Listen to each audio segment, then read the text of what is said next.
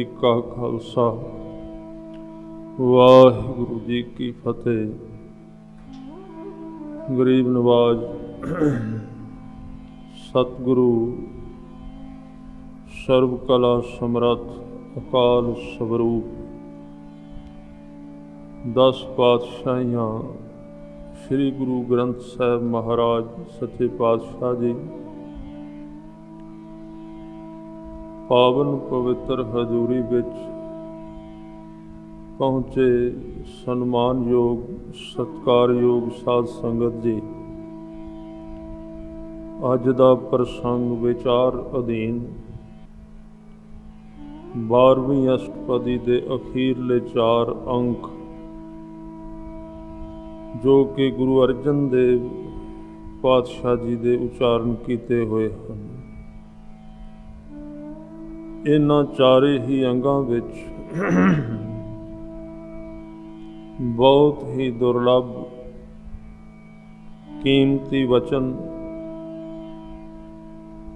अकाल पुरख दे चरनां नाल जोड़ पाउण दी सिੱਖਿਆ इन्हां शब्दां विच सतगुरु ने कई तरीकिਆਂ नाल कही है।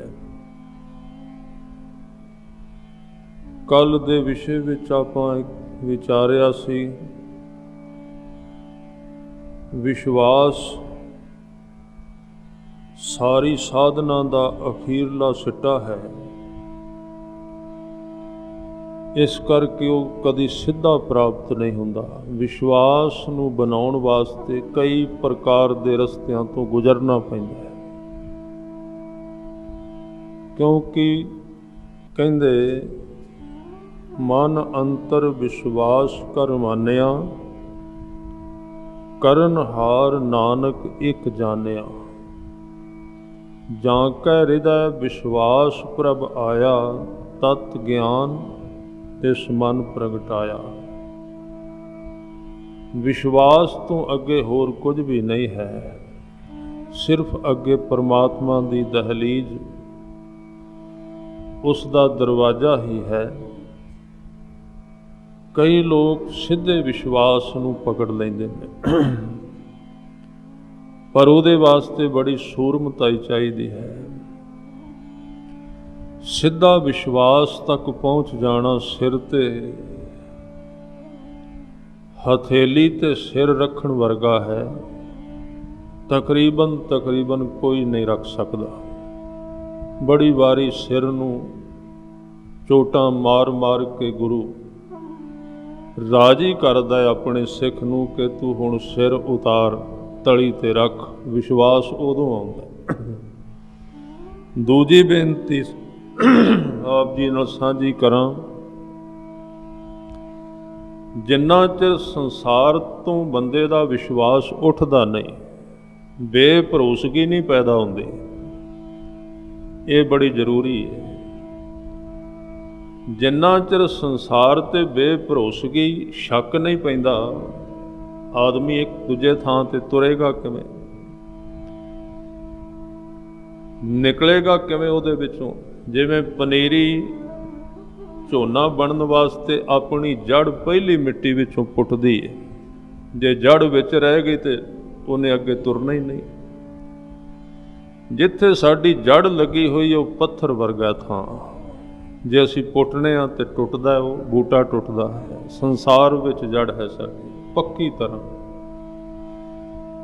ते जिन्नी साधना सतगुरु ने दिती, गुरसिੱਖੀ साधना जिन्हों कहंदे ने, सिੱਖੀ दी मुशक्कत वो होर किसी काम वास्ते नहीं, वो इक्को काम वास्ते जिथे साडा मन लगा वो धरती थोड़ी जी नरम हो जाए, ताकि उहदे विचों इस मन नूं कढिया जाए। नहीं तो जड़ां विच ही रह जाणगियां। फिर असीं रोज़ मन नूं पुटने, उतों उतों पत्थर पुट के ला दईदे ने गुरबाणी विच, अगले दिन सुक जांदे ने। जिवें पनीरी दा उपरला हिस्सा तोड़ के ला दिओ जमीन ते, जल्दी लग जाएगा, वधिया भी लगेगा, पर जड़ तो बिना पनीरी 2-4 घंटियां विच मुरझा जाएगी। इस करके उस पनीरी नूं उत्थों पुटण वास्ते पहला उहनूं नरम करना पएगा। उस थां आ जिहड़ा सतगुरु ने बख्शिशां कीतियां बड़ियां वड्डियां, ਨਿਤਨੇਮ ਦੀਆਂ ਬਖਸ਼ਾਂ ਕੀਤੀਆਂ, ਅੰਮ੍ਰਿਤ ਦੀ ਦਾਤ ਦਿੱਤੀ, ਗੁਰਦੁਆਰਾ ਦਿੱਤਾ, ਗੁਰੂ ਅਸਥਾਨ ਦਿੱਤੇ ਦਰਸ਼ਨ ਕਰਨ ਵਾਸਤੇ, ਸੇਵਾ ਦਿੱਤੀ, ਲੰਗਰ ਦਿੱਤੇ। ਇਹ ਤਾਂ ਸਣ ਇਸ ਮਨ ਦੇ ਉਸ ਥਾਂ ਤੇ ਪਾਣੀ ਪਾਇਆ ਜਾਏ ਜਿੱਥੇ ਮਨ ਖੁੱਭਾ ਹੋਇਆ, ਜਿਹਨੂੰ ਗੁਰੂ ਤੇਗ ਬਹਾਦਰ ਸਾਹਿਬ ਕਹਿੰਦੇ ਨੇ, ਮਨ ਮਾਇਆ ਮੈਂ ਰਮ ਰਹਿਓ, ਨਿਕਸਤ ਨਾਹਿਨ ਮੀਤ। ਉੱਥੋਂ ਨਹੀਂ ਨਿਕਲਦਾ। ਲੱਗਣ ਦੀ ਗੱਲ ਬਾਅਦ ਵਿੱਚ ਕਰੇ। ਅਜੇ ਤੇ ਲਾਉਣ ਦੇ ਕੋਈ ਉਪਰਾਲੇ ਸਾਧਨ ਕਰਨ ਦੀ ਜ਼ਰੂਰਤ ਹੀ ਨਹੀਂ ਹੈ। ਲਾਉਣਾ ਕੀ ਹੋਇਆ, ਪੁੱਟੇ ਨਹੀਂ ਗਿਆ ਅਜੇ। ਪਹਿਲਾਂ ਪੁੱਟਣ ਦੀ ਗੱਲ ਸ਼ੁਰੂ ਕਰ, ਪੁੱਟ ਇਸ ਨੂੰ ਪਹਿਲਾਂ। ਉਹਦੇ ਵਿੱਚ ਰੁੱਝਾ ਹੋਇਆ ਹੈ, ਉਹਦੇ ਵਿੱਚ ਫਸਿਆ ਹੋਇਆ, ਉਹਦੇ ਵਿੱਚ ਰਮਿਆ ਹੋਇਆ ਹੈ। ਤਾਂ ਲਾਉਣ ਵਾਸਤੇ ਸਾਧਨਾ ਦੀ ਲੋੜ ਨਹੀਂ, ਕੱਢਣ ਵਾਸਤੇ ਸਾਧਨਾ ਦੀ। ਜੋੜ ਤੇ ਗੁਰੂ ਨੇ ਆਪੇ ਹੀ ਲੈਣਾ ਹੈ। ਜੁੜਦਾ ਮਨੁੱਖ ਆਪਣੀ ਮਿਹਨਤ ਨਾਲ ਥੋੜ੍ਹੀ ਹੈ, ਆਪਣੀ ਸਾਧਨਾ ਨਾਲ ਅਸੀਂ ਥੋੜ੍ਹੀ ਜੁੜ ਸਕਨੇ। ਤਾਂ ਪਹਿਲਾਂ ਇਹ ਜ਼ਰੂਰੀ ਹੈ ਸਿੱਖ ਦੀ ਜ਼ਿੰਦਗੀ ਵਿੱਚ ਕਿ ਉਹਦੀ ਜੜ ਸੰਸਾਰ ਵਿੱਚੋਂ ਨਿਕਲੇ। ਇਹਦੇ ਵਾਸਤੇ ਸਭ ਤੋਂ ਪਹਿਲੀ ਜ਼ਰੂਰਤ ਹੈ ਸੰਸਾਰ ਤੋਂ ਭਰੋਸਾ ਉੱਠੇ ਬੰਦੇ ਦਾ। ਸੰਸਾਰ ਤੇ ਸ਼ੱਕ ਪੈਣਾ ਸ਼ੁਰੂ ਹੋ ਜਾ ਵੀ ਇਹ ਕੰਮ ਨਹੀਂ ਦਿੰਦਾ। ਜਿੰਨਾ ਚਿਰ ਸੰਸਾਰ ਤੇ ਭਰੋਸਾ ਹੈ ਉਹਨਾਂ ਚਿਰ ਗੁਰੂ ਵੱਲ ਭਰੋਸਾ ਜਾਗੇਗਾ ਹੀ ਨਹੀਂ, ਮਨ ਨਿਕਲੇਗਾ ਨਹੀਂ ਉਹਦੇ ਵਿੱਚ। ਇਸ ਕਰਕੇ ਗੁਰੂ ਸਮਰੱਥ ਹੈ ਤੇ ਕਈ ਵਾਰੀ ਸਿੱਖ ਨੂੰ ਇਸ ਤਰ੍ਹਾਂ ਦੀਆਂ ਘਟਨਾ ਕਰਕੇ ਵਿਖਾਉਂਦਾ ਵੀ ਉਹਦਾ ਮਨ ਸੰਸਾਰ ਤੋਂ ਉੱਠ ਜਾਏ, ਭਰੋਸਾ ਹੀ ਉੱਠ ਜਾਏ, ਉਹਦਾ ਝਟਕਾ ਲੱਗ ਜਾਏ, ਧੱਕਾ ਲੱਗ ਜਾਏ। ਮੈਂ ਬੇਨਤੀ ਕਰਾਂ, ਬੜੇ ਵੱਡੇ ਭਗਤ ਦਾ ਨਾਮ ਆਉਂਦਾ ਧਰੂ, ਤੇ ਧਰੂ ਨੇ ਕਦੀ ਭਗਤ ਨਹੀਂ ਸੀ ਬਣਨਾ ਜੇ ਉਹਦੀ ਮਾਂ ਬਾਂਹ ਤੋਂ ਫੜ ਕੇ ਖਿੱਚ ਕੇ ਵਗਾਉਂਦੀ ਨਾ। ਕਿੱਥੇ ਕਰਨਾ ਸੀ, ਉਹ ਵੀ ਇੱਕ ਰਾਜਾ ਹੁੰਦਾ ਆਮ। ਧਰੂ ਨੂੰ ਸਿੱਧਾ ਰਾਜ ਮਿਲ ਜਾਂਦਾ ਤੇ ਆਮ ਰਾਜਾ ਹੁੰਦਾ। ਕਿੱਥੇ ਬਣਨਾ ਸੀ ਉਸਨੇ? ਚੱਕਰਵਰਤੀ ਰਾਜਾ ਤੇ ਵੱਡਾ ਭਗਤ, ਜਿਹੜਾ ਅਜੇ ਤੱਕ ਵੀ ਕਾਇਮ ਹੈ। ਅਟਲ ਭਇਓ ਧਰੂ ਜਾਂ ਕਹਿ ਸਿਮਰਨ, ਅਰ ਨਿਰਪੈ ਪਦ ਪਾਇਆ, ਦੁੱਖ ਹਰਤਾ ਇਹ ਵਿਦ ਕੋ ਸੁਆਮੀ, ਤੈਂ ਕਾਹੇ ਬਿਸਰਾਇਆ। ਧਰੂ ਕਦੀ ਭਗਤ ਨਹੀਂ ਸੀ ਹੁੰਦੇ ਜੇ ਉਹਦੀ ਮਤਰੇਈ ਮਾਂ ਉਹਦੀ ਬਾਂਹ ਫੜ ਕੇ ਖਿੱਚ ਕੇ ਨਾ ਸਿੱਟਦੀ। ਇਸ ਕਰਕੇ ਗਰਾਊਂਡ ਗੁਰੂ ਤਿਆਰ ਕਰਦਾ ਹੈ ਸਿੱਖ ਨੂੰ ਸੰਸਾਰ ਨਾਲੋਂ ਤੋੜਨ ਦਾ। ਉਹ ਤੇ ਸਿਰਫ ਪਾਤਰ ਸਨ। ਇੱਕ ਧਰੂ ਦਾ ਪਿਤਾ ਰਾਜਾ ਸੀ, ਇੱਕ ਉਹਦੀ ਮਤਰੇਈ ਮਾਂ ਸੀ, ਇੱਕ ਉਹਦੀ ਆਪਣੀ ਮਾਂ ਸੀ। ਉਹ ਤੇ ਸਿਰਫ ਪਰਮਾਤਮਾ ਨੇ ਵਿੱਚ ਪਾਤਰ ਬਣਾਏ। ਮਕਸਦ ਤੇ ਪਰਮਾਤਮਾ ਦਾ ਧਰੂ ਨੂੰ ਭਗਤ ਬਣਾਉਣਾ ਸੀ। ਵਿੱਚੋਂ ਵਰਤ ਲਈ ਉਹਦੀ ਮਤਰੇਈ ਮਾਂ, ਪਿਤਾ ਵਰਤ ਲਿਆ ਉਹਦਾ। ਇਹ ਸਾਰੀਆਂ ਚੀਜ਼ਾਂ ਵਰਤੀਆਂ ਜਾਂਦੀਆਂ ਨੇ। ਸਾਡੇ ਜੀਵਨ ਵਿੱਚ ਵੀ ਬਹੁਤ ਸਾਰੀਆਂ ਚੀਜ਼ਾਂ ਗੁਰੂ ਵਰਤਦਾ ਹੈ। ਅਸੀਂ ਜਿਨ੍ਹਾਂ ਦੇ ਵਿਰੋਧ ਵਿੱਚ ਅਸੀਂ ਜਿਹਦੇ ਤੋਂ ਦੁਖੀ ਹੋ ਜਾਂਦੇ ਹਾਂ, ਉਹ ਚੀਜ਼ਾਂ ਦੁੱਖ ਵਾਸਤੇ ਨਹੀਂ ਹੁੰਦੀਆਂ, ਉਹ ਸਾਨੂੰ ਸੰਸਾਰ ਤੋਂ ਬੇਭਰੋਸਗੀ ਪੈਦਾ ਕਰਨ ਵਾਸਤੇ ਦਿੱਤੀਆਂ ਜਾਂਦੀਆਂ ਨੇ। ਜਦ ਕਿ ਗੁਰੂ ਇੰਨਾ ਸਮਰੱਥ ਹੈ, ਸੰਸਾਰ ਜਿਹਨੇ ਬਣਾਇਆ ਉਹ ਸੰਸਾਰ ਤੋਂ ਕਰਾ ਕਿਉਂ ਨਹੀਂ ਸਕਦਾ ਕੁਝ? ਜੋ ਮਰਜ਼ੀ ਕਰਾਦਾ ਹੈ। ਸਗਲ ਸਮਗਰੀ ਜਾਂ ਕੈ ਸੂਤਰ ਧਾਰੀ, ਤੁਮ ਤੇ ਹੋਏ ਸੋ ਆਗਿਆਕਾਰੀ। ਇੱਕ ਇੱਕ ਚੀਜ਼ ਦਾ ਧਾਗਾ ਉਹਦੇ ਹੱਥ ਵਿੱਚ, ਜਿੱਧਰ ਨੂੰ ਖਿੱਚੇ ਮੁੜੀ ਜਾਏਗਾ, ਕੋਈ ਪਾਸੇ ਨਹੀਂ ਜਾ ਸਕਦਾ। ਪਰ ਜੇ ਸਾਰਾ ਕੁਝ ਅਨੁਸਾਰ ਹੀ ਹੁੰਦਾ ਗਿਆ, ਫਿਰ ਜੀਵਨ ਕਿਵੇਂ ਘੜਿਆ ਜਾਏਗਾ? ਧਰੂ ਕਿਵੇਂ ਬਣੇਗਾ ਭਗਤ? ਇਸ ਕਰਕੇ ਪਹਿਲੀ ਮੰਜ਼ਿਲ ਹੈ ਸੰਸਾਰ ਤੇ ਬੇਭਰੋਸਗੀ ਦਾ ਪੈਦਾ ਹੋਣਾ। ਜਿੰਨਾ ਚਿਰ ਸੰਸਾਰ ਤੇ ਸ਼ੱਕ ਨਹੀਂ ਪੈਦਾ ਹੁੰਦਾ, ਬੇਭਰੋਸਗੀ ਨਹੀਂ ਬਣਦੀ, ਉਹਨਾਂ ਚਿਰ ਜੜ ਨਹੀਂ ਨਿਕਲੇਗੀ ਉੱਥੋਂ। ਤੇ ਜਿੰਨਾ ਚਿਰ ਉੱਥੋਂ ਜੜ ਨਹੀਂ ਨਿਕਲੇਗੀ, ਉਹਨਾਂ ਚਿਰ ਫਰੀਦ ਸਾਹਿਬ ਕਹਿੰਦੇ ਨੇ, ਢੂੰਡੀਏ ਢੂੰਡੇਂਦੀਏ ਸੁਹਾਗ ਕੋ ਤਉ ਤਨ ਕਾਈ ਕੋਰ। ਤੇਰੇ ਵਿੱਚ ਕੋਈ ਕਮੀ ਹੈ, ਤੂੰ ਕਿਸੇ ਚੀਜ਼ ਨੂੰ ਛੱਡਣਾ ਨਹੀਂ ਚਾਹੁੰਦਾ, ਤੂੰ ਕੁਝ ਪਕੜਿਆ ਹੋਇਆ, ਤੇਰੀ ਮੁੱਠ ਢਿੱਲੀ ਨਹੀਂ। ਉਸ ਬਾਂਦਰ ਵਾਂਗ ਜਿਹੜਾ ਕੁੱਜੀ ਵਿੱਚ ਛੋਲੇ ਫੜ ਲੈਂਦਾ, ਛੱਡਣ ਨੂੰ ਤਿਆਰ ਨਹੀਂ ਹੈ। ਤਾਂ ਇਸ ਕਰਕੇ ਜਿਹੜੀ ਪ੍ਰਸ਼ਾਦ ਦੀ ਪਰੰਪਰਾ ਚੱਲੀ ਹੈ ਗੁਰੂ ਘਰ ਵਿੱਚ, ਗੁਰਪ੍ਰਸਾਦ,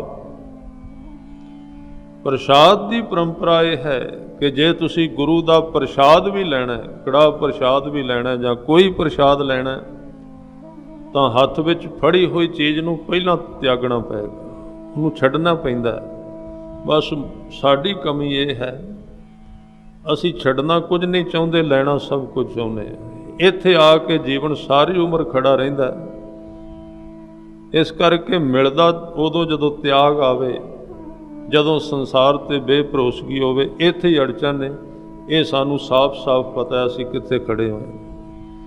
ਤਾਂ ਸਤਿਗੁਰੂ ਸੱਚੇ ਪਾਤਸ਼ਾਹ ਜੀ ਨੇ ਵਿਸ਼ਵਾਸ ਦੀ, ਆਪਾਂ ਕੱਲ ਮੈਂ ਤਾਂ ਇਸ ਪਾਸੇ ਥੋੜ੍ਹਾ ਜਿਹਾ, ਕੱਲ ਦਾ ਜੋ ਪ੍ਰਸੰਗ 4 ਪਹਿਲੇ ਅੰਕ ਸਨ, ਉਹਦੇ ਵਿੱਚ ਵਿਸ਼ਵਾਸ ਨੂੰ ਪੱਕਾ ਕਰਨ ਵਾਸਤੇ ਕੁਝ ਚੀਜ਼ਾਂ ਗੁਰੂ ਅਰਜਨ ਦੇਵ ਪਾਤਸ਼ਾਹ ਜੀ ਨੇ ਉਚਾਰੀਆਂ ਸਨ। ਤਾਂ ਜਿਨ੍ਹਾਂ ਦਾ ਵਿਸ਼ਵਾਸ ਸੰਸਾਰ ਤੋਂ ਉੱਠਿਆ, ਉਹ ਫਿਰ ਨਿਊਟਰਲ ਹੋ ਗਏ, ਉਹ ਮੁਕਤ ਹੋਏ। ਪਹਿਲਾਂ ਮੁਕਤ ਹੋ ਗਏ, ਫਿਰ ਅੱਗੇ ਸਾਂਝ ਬਣਨੀ ਸ਼ੁਰੂ ਹੋ ਗਈ, ਅੱਗੇ ਜੋੜ ਬਣਨਾ ਸ਼ੁਰੂ ਹੋ ਗਿਆ। ਅੱਗੇ ਸਾਂਝ, ਉਹ ਚੀਜ਼ਾਂ ਉਧਰ ਵਰਤੀਆਂ ਜਾਣ ਲੱਗ ਪਈਆਂ ਜਿਹੜੀਆਂ ਸੰਸਾਰ ਵਿੱਚ ਸਨ। ਚੀਜ਼ਾਂ ਤੇ ਲਿਆਉਣੀਆਂ ਹੀ ਕੋਈ ਨਹੀਂ ਪਈਆਂ, ਸਾਰੀਆਂ ਅੰਦਰ ਪਈਆਂ ਹੋਈਆਂ। ਬਾਹਰੋਂ ਥੋੜ੍ਹੀ ਕੁਝ ਲਿਆਉਣਾ, ਸਭ ਕੁਝ ਘਰ ਮੈਂ ਬਾਹਰ ਨਾਹੀਂ। ਜਿਹੜੀਆਂ ਚੀਜ਼ਾਂ ਨਾਲ ਅਸੀਂ ਜੁੜਨਾ, ਉਹ ਅਸੀਂ ਅੱਜ ਵੀ ਵਰਤ ਰਹੇ ਹਾਂ।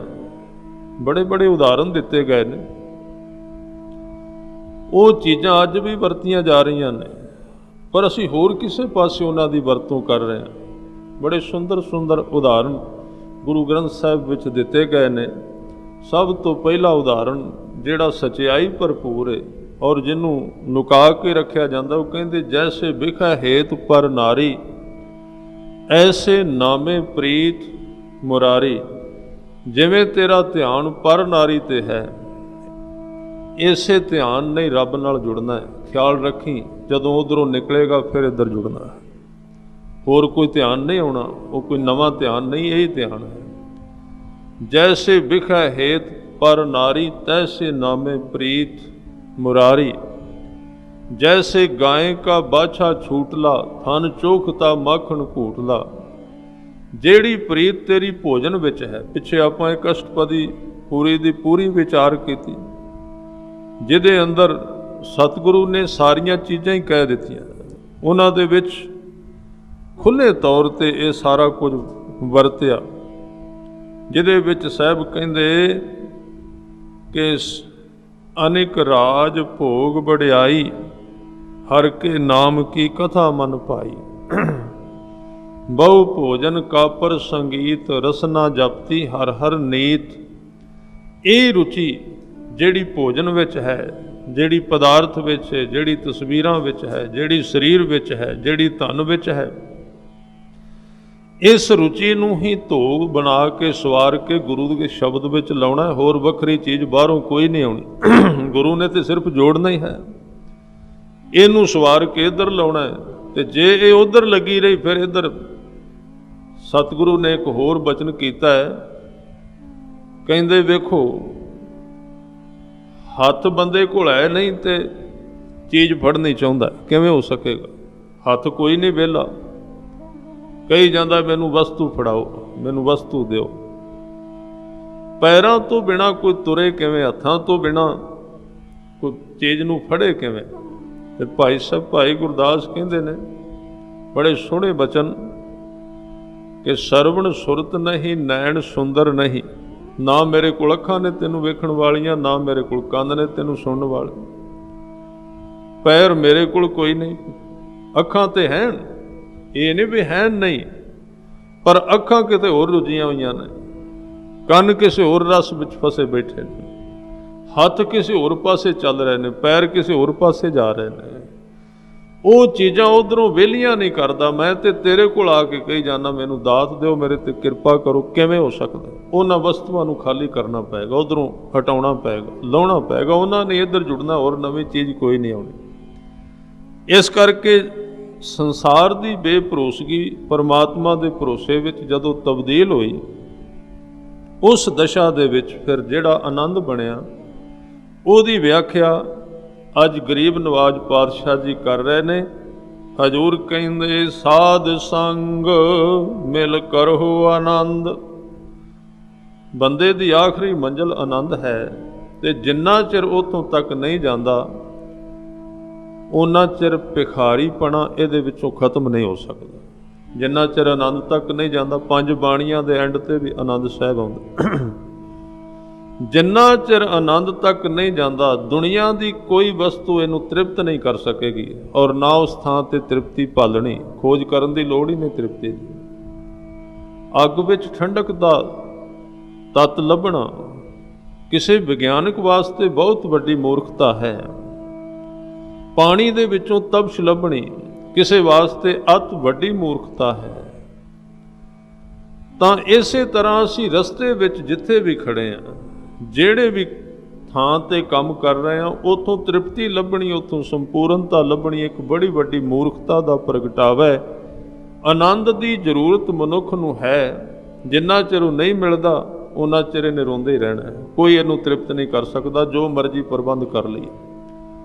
ਹਜ਼ਾਰਾਂ ਲੋਕਾਂ ਨੇ, ਕਰੋੜਾਂ ਨੇ, ਲੱਖਾਂ ਨੇ, ਅਰਬਾਂ ਨੇ ਸਾਡੇ ਤੋਂ ਪਹਿਲਾਂ ਬੜੇ ਪ੍ਰਬੰਧ ਕੀਤੇ ਨੇ, ਪਰ ਉਹਨਾਂ ਦਾ ਭਿਖਾਰੀਆਂ ਵਾਲਾ ਲੋਟਾ ਤੇ ਹੱਥ ਵਿੱਚ ਹੀ ਰਿਹਾ, ਫਿਰ ਵੀ ਮੰਗਦੇ ਹੀ ਰਹੇ।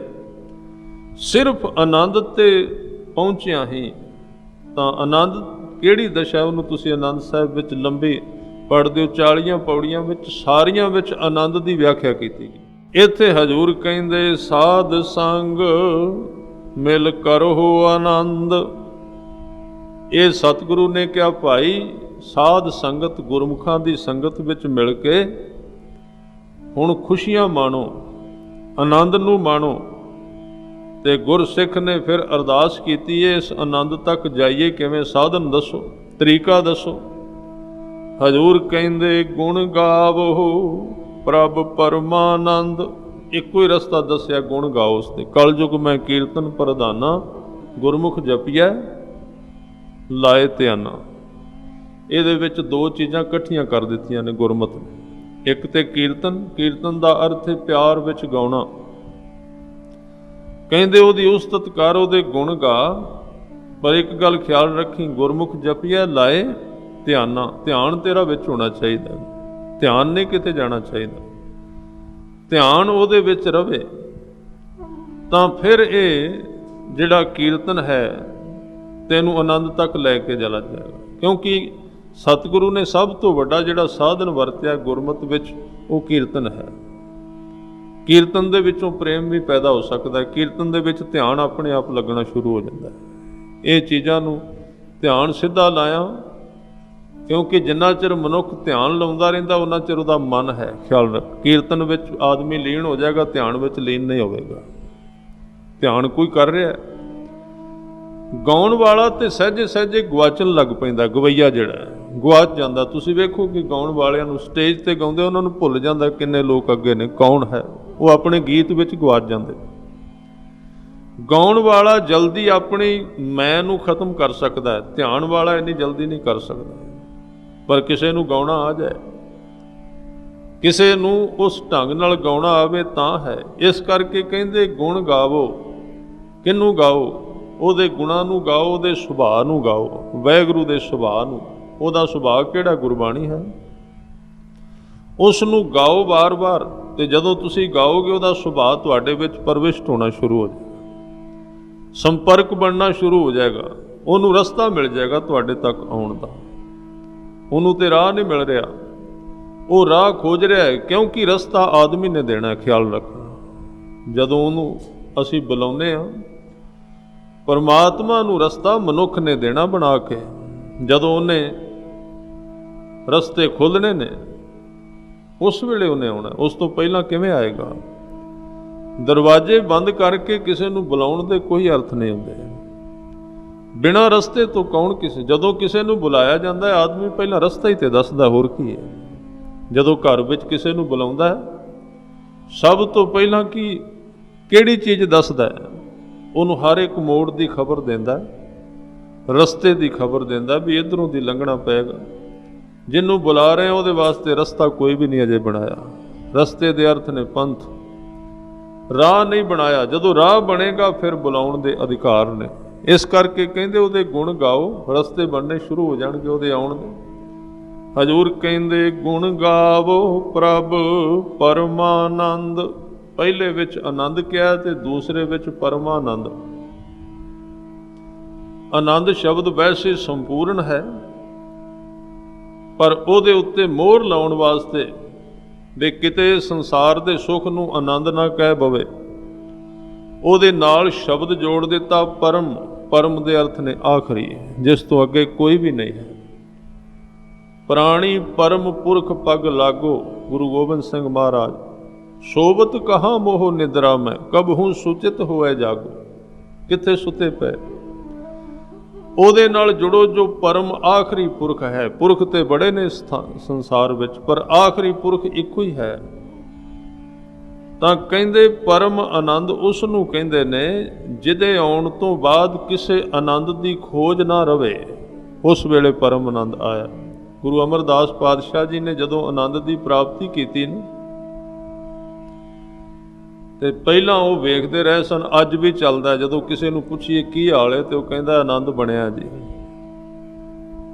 ਤੇ ਗੁਰੂ ਅਮਰਦਾਸ ਜੀ ਨੇ ਜਿੱਦਣ ਆਨੰਦ ਤੱਕ ਪਹੁੰਚ ਕੀਤੀ ਨਾ, ਕਹਿੰਦੇ ਕਮਾਲ ਹੋ ਗਈ। ਬੜੇ ਲੋਕ ਝੂਠ ਬੋਲਦੇ ਨੇ ਪਏ ਦੁਨੀਆ ਵਿੱਚ। ਆਨੰਦ ਆਨੰਦ ਸਭ ਕੋ ਕਹੈ, ਆਨੰਦ ਆਨੰਦ ਸਭ ਕੋ ਕਹੈ। ਆਨੰਦ ਗੁਰੂ ਤੇ ਜਾਣਿਆ, ਆਨੰਦ ਕਈ ਤੇ ਜਾਂਦੇ ਨੇ, ਹੈ ਤੇ ਕੋਈ ਨਹੀਂ। ਆਨੰਦ ਦੀ ਨਿਸ਼ਾਨੀ ਕੀ ਹੈ, ਉਹਦਾ ਲੱਛਣ ਕੀ ਹੈ? ਉਹਦਾ ਲੱਛਣ ਹੈ ਆਦਮੀ ਹੋਰ ਕਿਸੇ ਚੀਜ਼ ਦੀ ਖੋਜ ਨਹੀਂ ਕਰੇਗਾ। ਉਹਦਾ ਲੱਛਣ ਇੱਕੋ ਹੀ ਹੈ, ਖੋਜੇਗਾ ਨਹੀਂ ਕੁਝ, ਬਸ ਇਹ ਉਹਦੀ ਨਿਸ਼ਾਨੀ ਹੈ। ਕਿਸੇ ਚੀਜ਼ ਵੱਲ ਉਹਦੀ ਰੁਚੀ ਨਹੀਂ ਹੋਵੇਗੀ, ਕਿਉਂਕਿ ਉਹ ਆਖਰੀ ਥਾਂ ਤੇ ਆ ਗਿਆ ਜਿਸ ਤੋਂ ਅੱਗੇ ਕੁਝ ਨਹੀਂ ਚਾਹੀਦਾ। ਐਂਡ ਆ ਗਿਆ ਜੀਵਨ ਦਾ, ਉਹ ਖੋਜੇਗਾ ਨਹੀਂ। ਸਾਡੀ ਭੱਜ ਦੌੜ ਤੇ ਅੰਦਰਲੀ ਖੋਜ ਦੱਸਦੀ ਹੈ ਕਿ ਅਸੀਂ ਕਿਸੇ ਰਾਹ ਵਿੱਚ ਹਾਂ। ਇਸ ਕਰਕੇ ਕਹਿੰਦੇ ਪਹਿਲਾਂ ਆਨੰਦ, ਫਿਰ ਪਰਮਾਨੰਦ। ਗੁਣ ਗਾਵੋ ਪ੍ਰਭ ਪਰਮਾ ਆਨੰਦ, ਉਸ ਪਰਮ ਆਨੰਦ ਦੇ ਗੁਣ ਗਾਓ। ਫਿਰ ਹਜ਼ੂਰ ਕਹਿੰਦੇ RAM ਨਾਮ ਤਤ ਕਰਹੁ ਵਿਚਾਰ। ਫਿਰ ਵਿਚਾਰ ਸ਼ੁਰੂ ਹੋਈ। ਪਹਿਲਾਂ ਆਨੰਦ, ਫਿਰ ਵਿਚਾਰ ਸ਼ੁਰੂ ਹੋਈ। ਇਹ ਇਸ ਤਰ੍ਹਾਂ ਹੈ, ਵਿਚਾਰ ਪਹਿਲਾਂ ਵੀ ਹੋ ਸਕਦੀ, ਆਪਾਂ ਕਰਨੇ ਆ ਰੋਜ਼ ਵਿਚਾਰ।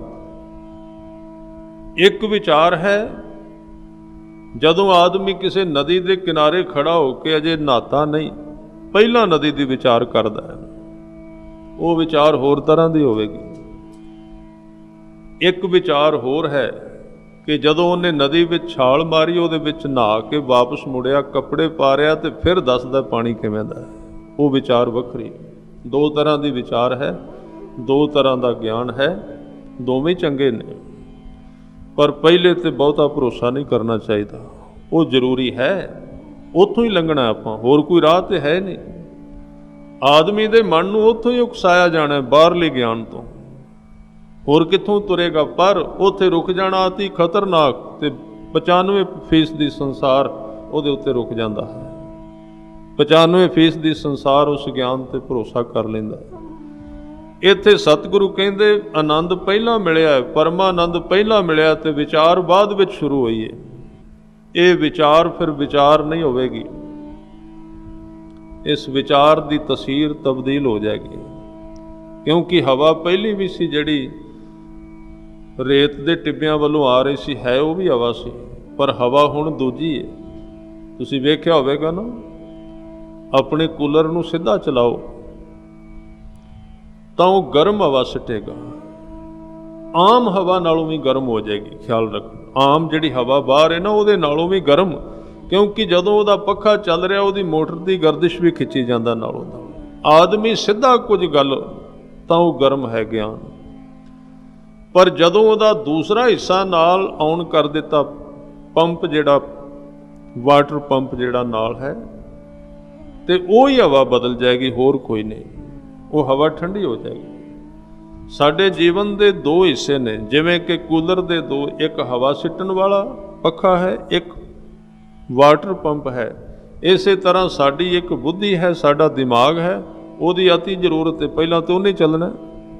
ਉਹ ਪੱਖਾ ਹੈ ਸਿਰਫ ਹਵਾ ਸੁੱਟਣ ਵਾਲਾ, ਉਹ ਸਿੱਧਾ ਗਿਆਨ ਦੇਣ ਵਾਲਾ। ਪਰ ਜੇ ਕਿਸੇ ਦਾ ਹੱਥ ਹਿਰਦੇ ਵਾਲੇ ਪੰਪ ਤੇ ਚਲਾ ਜਾਏ, ਫਿਰ ਉਹ ਹਵਾ ਠੰਡੀ ਹੋ ਜਾਂਦੀ। ਦੋਵੇਂ ਮਿਲ ਕੇ ਆਉਂਦੇ ਨੇ, ਇਕੱਠੇ ਹੋ ਕੇ, ਫਿਰ ਦੋਵੇਂ ਇਕੱਠੇ ਹੋ ਜਾਂਦੇ, ਹਿਰਦਾ ਔਰ ਇਸੇ ਨੂੰ ਕਿਹਾ ਇੱਥੇ ਵਡਿਆਈ ਤੇ ਵਿਚਾਰ ਇਕੱਠੇ ਹੋ ਗਏ। ਅੰਮ੍ਰਿਤ ਵੇਲਾ ਸੱਚ ਨਾਉ, ਵਡਿਆਈ ਵਿਚਾਰ। ਵਡਿਆਈ ਕਰਨੀ ਹਿਰਦੇ ਨੇ, ਦਿਮਾਗ ਵਡਿਆਈ ਨਹੀਂ ਕਰ ਸਕੇਗਾ। ਦਿਮਾਗ ਤੇ ਨੁਕਸ ਕੱਢਦਾ ਆਦਮੀ, ਹਿਰਦਾ ਵਡਿਆਈ ਕਰਦਾ, ਦਿਮਾਗ ਸੋਚਦਾ, ਉਹਦੀ ਜ਼ਰੂਰਤ ਹੈ, ਵਿਚਾਰ ਉਹ ਕਰਦਾ। ਪਰ ਇੱਥੇ ਜੋ ਵਿਚਾਰ ਕਹਿ ਰਹੇ ਨੇ, ਰਾਮ ਨਾਮ ਤਤ, ਅਕਾਲ ਪੁਰਖ ਦੇ ਨਾਮ ਦਾ ਜੋ ਤਤ ਹੈ, ਸਾਰ ਹੈ।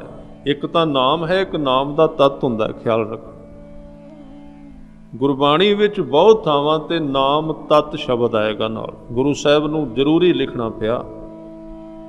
ਇੱਕ ਨਾਮ ਹੈ, ਇੱਕ ਨਾਮ ਦਾ ਤਤ ਹੈ। ਮੈਂ ਕੁਝ ਉਦਾਹਰਨਾਂ ਦੇ ਦਿਆਂ। ਇੱਕ ਰੋਟੀ ਹੈ, ਇੱਕ ਰੋਟੀ ਦਾ ਤਤ ਹੈ। ਜਦੋਂ ਸਰੀਰ ਵਿੱਚ ਜਾ ਕੇ ਬਣਦਾ, ਉੱਥੇ ਰੋਟੀ ਕੋਈ ਨਹੀਂ ਦਿਸਦੀ, ਉੱਥੇ ਤਤ ਹੁੰਦਾ, ਸਰੀਰ ਵਿੱਚ ਤਾਕਤ ਦਿੰਦਾ ਉਹ। ਇੱਕ ਸਾਧ ਸੰਗਤ ਸੂਰਜ ਹੈ, ਇੱਕ ਉਹਦੀ ਧੁੱਪ ਹੈ। ਧੁੱਪ ਹੋਰ ਚੀਜ਼ ਹੈ, ਸੂਰਜ ਵੱਖਰਾ ਹੈ। ਇੱਕ ਨਾਮ ਹੈ, ਇੱਕ ਨਾਮ ਦਾ ਤਤ ਹੈ। ਤਾਂ ਜਦੋਂ ਨਾਮ ਨੂੰ ਕੋਈ ਜਪਦਾ ਤੇ ਉਹਦੇ ਤਤ ਨੂੰ ਪਾ ਲੈਂਦਾ, ਉਹਦੇ ਸਾਰ ਤਤ ਨੂੰ, ਉਹਨੂੰ ਫਿਰ ਉਹ ਵੇਖ ਨਹੀਂ ਸਕਦਾ, ਉਹਨੂੰ ਉਹ ਮਾਣਦਾ ਹੈ। ਨਾਮ ਨੂੰ ਤੇ ਵੇਖਿਆ ਜਾ ਸਕਦਾ ਨਾ, ਗੁਰੂ ਗ੍ਰੰਥ ਸਾਹਿਬ ਜੀ ਵਿੱਚ ਲਿਖਿਆ ਹੋਇਆ ਨਾਮ, ਅੱਖਰਾਂ ਵਿੱਚ ਅੱਖਰੀ ਨਾਮ, ਅੱਖਰੀ ਸਾਲਾ। ਨਾਮ ਨੂੰ ਬੋਲਿਆ ਜਾ ਸਕਦਾ, ਨਾਮ ਨੂੰ ਅਸੀਂ ਸੁਣ ਸਕਦੇ ਹਾਂ। ਪਰ ਮੈਂ ਬੇਨਤੀ ਕਰਾਂ, ਜਿਹੜਾ ਤੱਤ ਹੈ ਨਾ ਨਾਮ ਦਾ, ਨਾ ਬੋਲਿਆ ਜਾਂਦਾ, ਨਾ ਸੁਣਿਆ ਜਾਂਦਾ, ਨਾ ਵੇਖਿਆ ਜਾਂਦਾ। ਤਿੰਨੇ ਹੀ ਕੰਮ ਉਹਦੇ ਤੇ ਲਾਗੂ ਨਹੀਂ। ਇਹਨਾਂ ਤੋਂ ਪਾਰ ਹੈ ਉਹਦੀ ਤਾਕਤ ਜਿਹੜੀ ਹੈ। ਇਸ ਕਰਕੇ ਉਹ ਨਾਮ ਦਾ ਤੱਤ ਹੈ। ਸਿੱਖ ਨੇ ਨਾਮ ਤੋਂ ਸ਼ੁਰੂ ਕਰਨਾ ਤੇ ਨਾਮ ਦੇ ਤੱਤ ਤੱਕ ਜਾਣਾ ਹੈ। ਇਸ ਕਰਕੇ ਕਹਿੰਦੇ ਰਾਮ ਨਾਮ ਤੱਤ। ਗੁਰੂ ਅਰਜਨ ਦੇਵ ਪਾਤਸ਼ਾਹ ਜੀ ਖੁਦ ਉਸ ਤੱਤ ਤੱਕ ਗਏ ਨੇ ਔਰ ਸਿੱਖਾਂ ਦੀ ਝੋਲੀ ਵਿੱਚ ਪਾਇਆ ਉਹਨਾਂ ਨੇ। ਉਹਦੀ ਵਿਚਾਰ ਕਰੋ ਜੋ ਨਾਮ ਦਾ ਤੱਤ ਹੈ। ਹੁਣ ਨਾਮ ਤੋਂ ਅੱਗੇ ਜਾ ਕੇ ਉਹਦੀ ਵਿਚਾਰ ਕਰੋ ਜੋ ਤੱਤ ਰੂਪ ਹੈ। ਇਸ ਕਰਕੇ ਕਹਿੰਦੇ ਰਾਮ ਨਾਮ ਤੱਤ ਕਰਹੁ ਵਿਚਾਰ। ਔਰ ਜਿਸ ਦਿਨ ਕੋਈ ਤੱਤ ਤੱਕ ਪਹੁੰਚਦਾ ਹੈ, ਉਸ ਦਿਨ ਉਹਦੀ ਦੇਹ ਦਾ ਉਧਾਰ ਹੋ ਜਾਂਦਾ। ਉਸ ਤੋਂ ਪਹਿਲਾਂ ਨਹੀਂ ਹੋ ਸਕਦਾ। ਉਸ ਤੋਂ ਪਹਿਲਾਂ ਉਹ ਅਜੇ ਰਸਤੇ ਵਿੱਚ, ਉਸ ਤੋਂ ਅੱਗੇ ਹੋਵੇਗਾ। ਕਹਿੰਦੇ ਦੁਰਲਭ ਦੇਹ ਕਾ ਕਰਹੁ ਉਧਾਰ। ਦੇਹ ਦਾ ਵੀ ਉਧਾਰ ਹੋ ਗਿਆ ਉਸ ਨਾਮ ਤੱਤ ਦੁਆਰਾ। ਦੇਹ ਉਹੀ ਸੀ, ਪਰ ਹੁਣ ਇਹਦੇ ਅਸਰ ਬਦਲ ਗਏ ਸਾਰੇ। ਜਿਹਨੂੰ ਮਿਲੀ ਹੋਈ ਹੈ ਉਹ ਵੀ ਖੁਦ ਇਹਦੇ ਤਸੀਰ ਨੂੰ ਬਦਲੀ ਹੋਈ ਮਹਿਸੂਸ ਕਰਦਾ, ਹੋਰ ਤਰ੍ਹਾਂ ਦੀ ਹੈ। ਇਸ ਨੂੰ ਬਦਲੀ ਮਹਿਸੂਸ ਕਰਦਾ ਹੈ। ਗੁਰੂ ਰਾਮਦਾਸ ਸੱਚੇ ਪਾਤਸ਼ਾਹ ਇਸੇ ਤੱਤ ਨੂੰ ਪ੍ਰਾਪਤ ਕਰਕੇ ਕਹਿੰਦੇ ਹਰ ਅੰਮ੍ਰਿਤ ਭਿੰਨੇ ਲੋਏ ਨਾ, ਮਨ ਪ੍ਰੇਮ ਰਤਨਾ ਰਾਮ ਰਾਜੇ। ਮਨ ਰਾਮ ਕਸਵੱਟੀ ਲਾਇਆ ਕੰਚਨ ਸੋਵਿਨਾ। ਗੁਰਮੁਖ ਰੰਗ ਚਲੂਲਿਆ ਮੇਰਾ ਮਨ ਤਨੋ ਭਿੰਨਾ। ਜਨ ਨਾਨਕ ਮੁਸ਼ਕ ਝਕੋਲਿਆ ਸਭ ਜਨਮ ਧਨ ਧੰਨਾ। ਦੇਹ ਦਾ ਉਧਾਰ ਹੋਣ ਹੋਇਆ। ਦੇਹ ਦਾ ਅਹਿਸਾਸ ਹੀ ਪਹਿਲੀ ਵਾਰੀ ਹੋਇਆ ਵੀ ਇਹਦੇ ਵਿੱਚ ਕੀ ਸੀ। ਇਹਦੇ ਤੋਂ ਪਹਿਲਾਂ ਤੇ ਦਰਦਾਂ ਪੀੜਾਂ ਬਿਮਾਰੀਆਂ ਦਿਸਦੀਆਂ ਸਨ ਰੋਜ਼, ਹੋਰ ਕੁਝ ਵੀ ਨਹੀਂ ਸੀ। ਜਿਨ੍ਹਾਂ ਨੇ ਇਸ ਗੁਰੂ ਦੀ ਬਖਸ਼ਿਸ਼ ਨਾਮ ਤੱਤ ਨੂੰ ਪ੍ਰਾਪਤ ਕਰ ਲਿਆ, ਉਹਨਾਂ ਨੇ ਫਿਰ ਇਹਦੇ ਵਿੱਚੋਂ ਹੋਰ ਤਰ੍ਹਾਂ ਅਨੁਭਵ ਕੀਤਾ। ਜਿਹਨੂੰ ਕਬੀਰ ਸਾਹਿਬ ਕਹਿੰਦੇ ਦੋਏ ਦੋਏ ਲੋਚਣ ਪੇਖਾਂ। ਹਉ ਹਰ ਬਿਨ ਔਰ ਨਾ ਦੇਖਾਂ। ਨੈਣ ਰਹੇ ਰੰਗ ਲਾਈ ਅਬ ਬੇਗਲ ਕਹਿ ਨਾ ਜਾਈ। ਹਮਰਾ ਭਰਮ ਗਿਆ ਭਉ ਭਾਗਾ।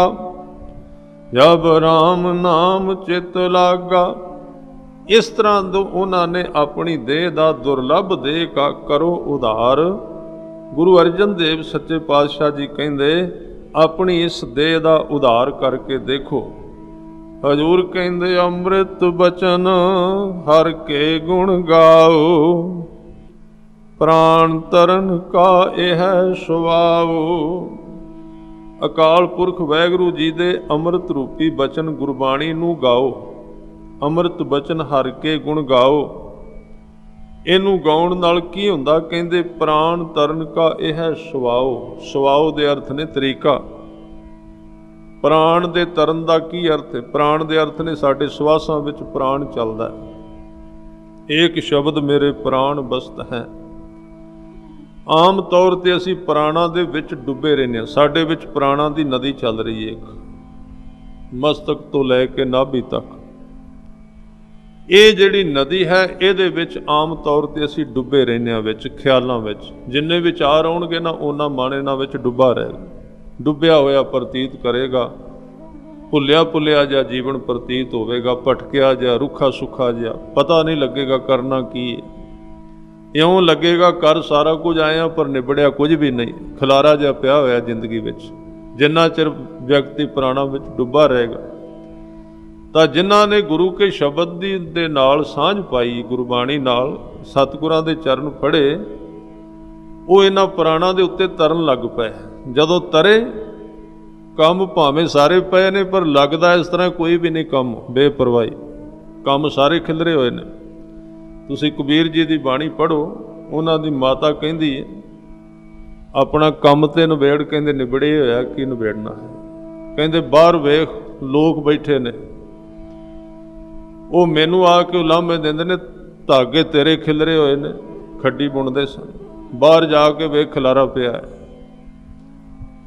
ਖਿਲਾਰਾ ਨਹੀਂ ਸਨ ਪੈਣ ਦਿੰਦੇ, ਕੰਮ ਤੇ ਕਰਦੇ ਸਨ। ਪਰ ਕਦੀ ਕਦੀ ਤੁਸੀਂ ਵੇਖਿਆ ਹੋਣਾ ਨਾ, ਕਦੀ ਕਦੀ ਆ ਜਿਹੜੇ ਬਹੁਤੇ ਪੀਣ ਵਾਲੇ ਨਾ, ਕਈ ਵਾਰੀ ਉਹਨਾਂ ਦਾ ਕੰਮ ਖਿਲਰ ਜਾਂਦਾ ਹੁੰਦਾ, ਮਹੀਨੇ ਵਿੱਚ 1-2 ਵਾਰ ਬਹੁਤਾ ਪੀ ਪੈਂਦੇ। ਤਾਂ ਬਹੁਤਾ ਜਦੋਂ ਪੀਂਦੇ ਨੇ, ਲੋਕ ਕਹਿੰਦੇ ਵੀ ਇਹਨਾਂ ਘਰ ਆਪਣਾ ਬਰਬਾਦ ਕਰ ਦਿੱਤਾ, ਕੰਮ ਵੱਲ ਧਿਆਨ ਨਹੀਂ, ਉਧਰੋਂ ਖਰਚਾ ਕਰੀ ਜਾਂਦੇ ਨੇ, ਉਧਰੋਂ ਕੰਮ ਬੰਦ ਪਿਆ, ਬਹੁਤੀ ਪੀਣ ਲੱਗ ਪਿਆ। ਤਾਂ ਜਿੱਦਣ ਪੀਤੀ ਰੋਟੀ ਵੀ ਭੁੱਲ ਗਈ, ਪਰਿਵਾਰ ਵੀ ਭੁੱਲ ਗਿਆ, ਫਿਰ ਨਹੀਂ ਉਹ ਪਰਵਾਹ ਕਰਦੇ। ਇਹ ਸੰਸਾਰੀ ਤੇ ਝੂਠਾ ਨਸ਼ਾ ਸਾਧ ਸੰਗਤ ਦੀ, ਜਿਹਨੇ ਗੁਰੂ ਨਾਨਕ ਦੇ ਘਰ ਦਾ ਗੁਰਬਾਣੀ ਦਾ ਨਸ਼ਾ ਪੀਤਾ, ਉਹ ਵੀ ਇਸ ਤਰ੍ਹਾਂ ਕਿਤੇ ਕਿਤੇ ਹੋ ਜਾਂਦਾ ਕੰਮ। ਉਹ ਕੰਮ ਦੀ ਪਰਵਾਹ ਨਹੀਂ ਕਰਦੇ ਹੁੰਦੇ ਬਹੁਤੀ ਵਾਰੀ, ਕਿਉਂਕਿ ਇਹ ਕੰਮ ਜਿਹੜਾ ਨਾ ਵਪਾਰ ਨਾਲ ਸੰਬੰਧਿਤ ਨਹੀਂ, ਇਹ ਜੁਏ ਨਾਲ ਸੰਬੰਧਿਤ ਕੰਮ ਹੈ। ਇੱਥੇ ਥੋੜ੍ਹਾ ਜਿਹਾ ਕਦੀ ਕਦੀ, ਚਲੋ ਲਗਾਤਾਰ ਤੇ ਨਹੀਂ ਆਪਾਂ ਸੰਸਾਰ ਵਿੱਚ ਰਹਿਣਾ, ਪਰ ਕਦੀ ਕਦੀ ਤੇ ਬੰਦਾ ਲੀਹਾਂ ਛੱਡ ਕੇ ਖੁੱਲ੍ਹਾ ਵਿਚਰੇ ਨਾ। ਇਹ ਨਹੀਂ ਵੀ ਕੰਮ ਦਾ ਕਾਰੋਬਾਰ ਦਾ ਹੀ ਵਜ੍ਹਾ ਦਿਨ ਰਾਤ, ਤੇ ਫਿਰ ਉਹ ਭਾਲੇ ਮਨੁੱਖ ਵੀ ਉਹ ਅਵਸਥਾ ਬਣ ਜਾਏ। ਇਸ ਕਰਕੇ ਕਹਿੰਦੇ ਉਹ ਪ੍ਰਾਣਾ ਤੇ ਤਰਨ ਲੱਗ ਪੈਂਦੇ ਨੇ, ਬੇਪਰਵਾਹ ਹੋ ਜਾਂਦੇ, ਉਹਨਾਂ ਨੂੰ ਪ੍ਰਾਣ ਤਰਨ ਦੀ ਜਾਚ ਆ ਜਾਂਦੀ ਗੁਰੂ ਦੀ ਕਿਰਪਾ ਦੁਆਰਾ। ਕਾਹਦੇ ਨਾਲ ਤਰਦੇ? ਗੁਰਬਾਣੀ ਨੂੰ ਗਾ ਕੇ। ਹਜ਼ੂਰ ਕਹਿੰਦੇ ਅੰਮ੍ਰਿਤ ਬਚਨ ਹਰ ਕੇ ਗੁਣ ਗਾਓ, ਪ੍ਰਾਣ ਤਰਨ ਕਾ ਇਹ ਹੈ ਸੁਭਾਉ। ਕਿੰਨੀਆਂ ਪਿਆਰ ਭਰੀਆਂ ਨਸੀਹਤਾਂ,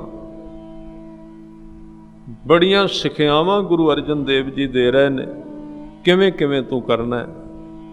ਕਿੰਨੇ ਕੰਮ ਦੱਸੀ ਜਾ ਰਹੇ ਨੇ ਕਿ ਉਹਦੇ ਵਿੱਚੋਂ ਇੱਕ ਵੀ ਕਰ ਲਿਆ ਤੇ ਤਾਂ ਵੀ ਪਾਰ ਉਤਾਰਾ ਹੋ ਜਾਏ। ਇੰਨਾ ਗਿਆਨ ਕਿਹੜਾ ਗੁਰੂ ਦੇਗਾ? ਇੱਕ ਇੱਕ ਚੀਜ਼ ਕੌਣ ਗੁਰੂ ਦੱਸੇਗਾ? ਜਦੋਂ ਸਤਿਗੁਰਾਂ ਦੇ ਜੀਵਨ ਵੱਲ ਝਾਤੀ ਪਾਉਂਦੇ ਆ, ਹਜ਼ੂਰ ਸਿੱਖ ਨੂੰ ਕੰਘਾ ਕਰਨ ਦੀ ਜਾਚ ਵੀ ਦੱਸਦੇ, ਦਸਤਾਰ ਬੰਨਣ ਦੀ ਵੀ। ਪਾਉਂਟਾ ਸਾਹਿਬ ਦੀ ਧਰਤੀ ਤੇ ਉੱਥੇ ਗੁਰਦੁਆਰਾ ਦਸਤਾਰ ਸਾਹਿਬ, ਉੱਥੇ ਸਤਿਗੁਰੂ ਕਲਗੀਆਂ ਵਾਲੇ ਪਾਤਸ਼ਾਹ ਆਪਣੇ ਸਿੱਖਾਂ ਨੂੰ ਪਿਆਰ ਨਾਲ ਬਿਠਾ ਕੇ ਕਹਿੰਦੇ ਸਨ, ਦਸਤਾਰ ਬੰਨ ਮੇਰੇ ਸਾਹਮਣੇ ਬਹਿ ਕੇ, ਮੈਨੂੰ ਕੰਘਾ ਕਰਕੇ ਵਿਖਾ ਕਿਵੇਂ ਕਰੀਦਾ। ਫਿਰ ਦਸਤਾਰ ਬੰਨ ਕੇ ਵਿਖਾ, ਜਦੋਂ ਉਹਨੇ ਬੰਨਣੀ ਫਿਰ ਕਹਿਣਾ ਵੀ ਆਹ ਵਾਲ ਇੱਧਰ ਨੂੰ ਕਰ, ਇੱਧਰ ਕਰ, ਇੱਧਰ ਕਰ।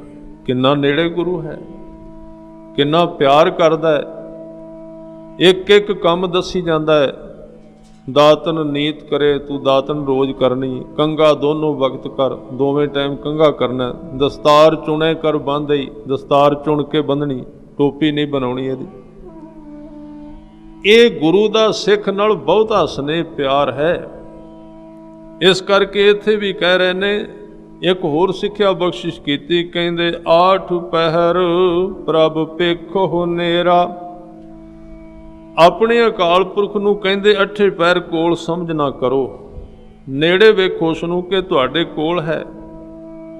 ਇਹਦੀ ਕਿਉਂ ਜ਼ਰੂਰਤ ਹੈ ਸਤਿਗੁਰੂ ਜੀ? ਹਜ਼ੂਰ ਕਹਿੰਦੇ ਮਿਟੈ ਅਗਿਆਨ ਬਿਨਸੈ ਅੰਧੇਰਾ। ਆ ਤੇਰੇ ਮਨ ਦੇ ਵਿੱਚ ਜਿਹੜਾ ਬੇਵਿਸ਼ਵਾਸੀ ਦਾ ਅਗਿਆਨ ਹੈ ਨਾ ਗੁਰੂ ਤੇ, ਕਦੀ ਵਿਸ਼ਵਾਸ ਬਣਦਾ, ਕਦੀ ਫਿਰ ਖਿਲਰ ਜਾਂਦਾ, ਕਦੀ ਭਰੋਸਾ ਬਣਦਾ, ਥੋੜੀ ਜਿਹੀ ਘਟਨਾ ਵਾਪਰਦੀ ਫਿਰ ਹਿੱਲ ਜਾਂਦਾ ਸਾਰਾ ਕੁਝ। ਇਹ ਕਹਿੰਦੇ ਬਿਨਸ ਜਾਏਗਾ ਜੇ ਤੂੰ ਨਿਰੰਤਰ ਗਾਇਬ ਰਹਿਤ ਸਿਮਰਨ ਕਰੇਗਾ। ਇਹਦੇ ਵਿੱਚ ਮਿਟੈ ਅਗਿਆਨ ਤੇ ਬਿਨਸੈ ਅੰਧੇਰਾ, तेरी जिंदगी का हनेरा जिहड़ा है, अज्ञान और बेभरोसगी का हनेरा मिट जाएगा। हजूर कहंदे सुन उपदेश हिरदै बसावो, मन इच्छे नानक फल पावो। उपदेश नूं पहला सुन के कन्ना द्वारा और दिमाग द्वारा, ये दरवाजा है। सुनना है ध्यान ने। ध्यान जिहड़ा है हत्थां वर्गा है।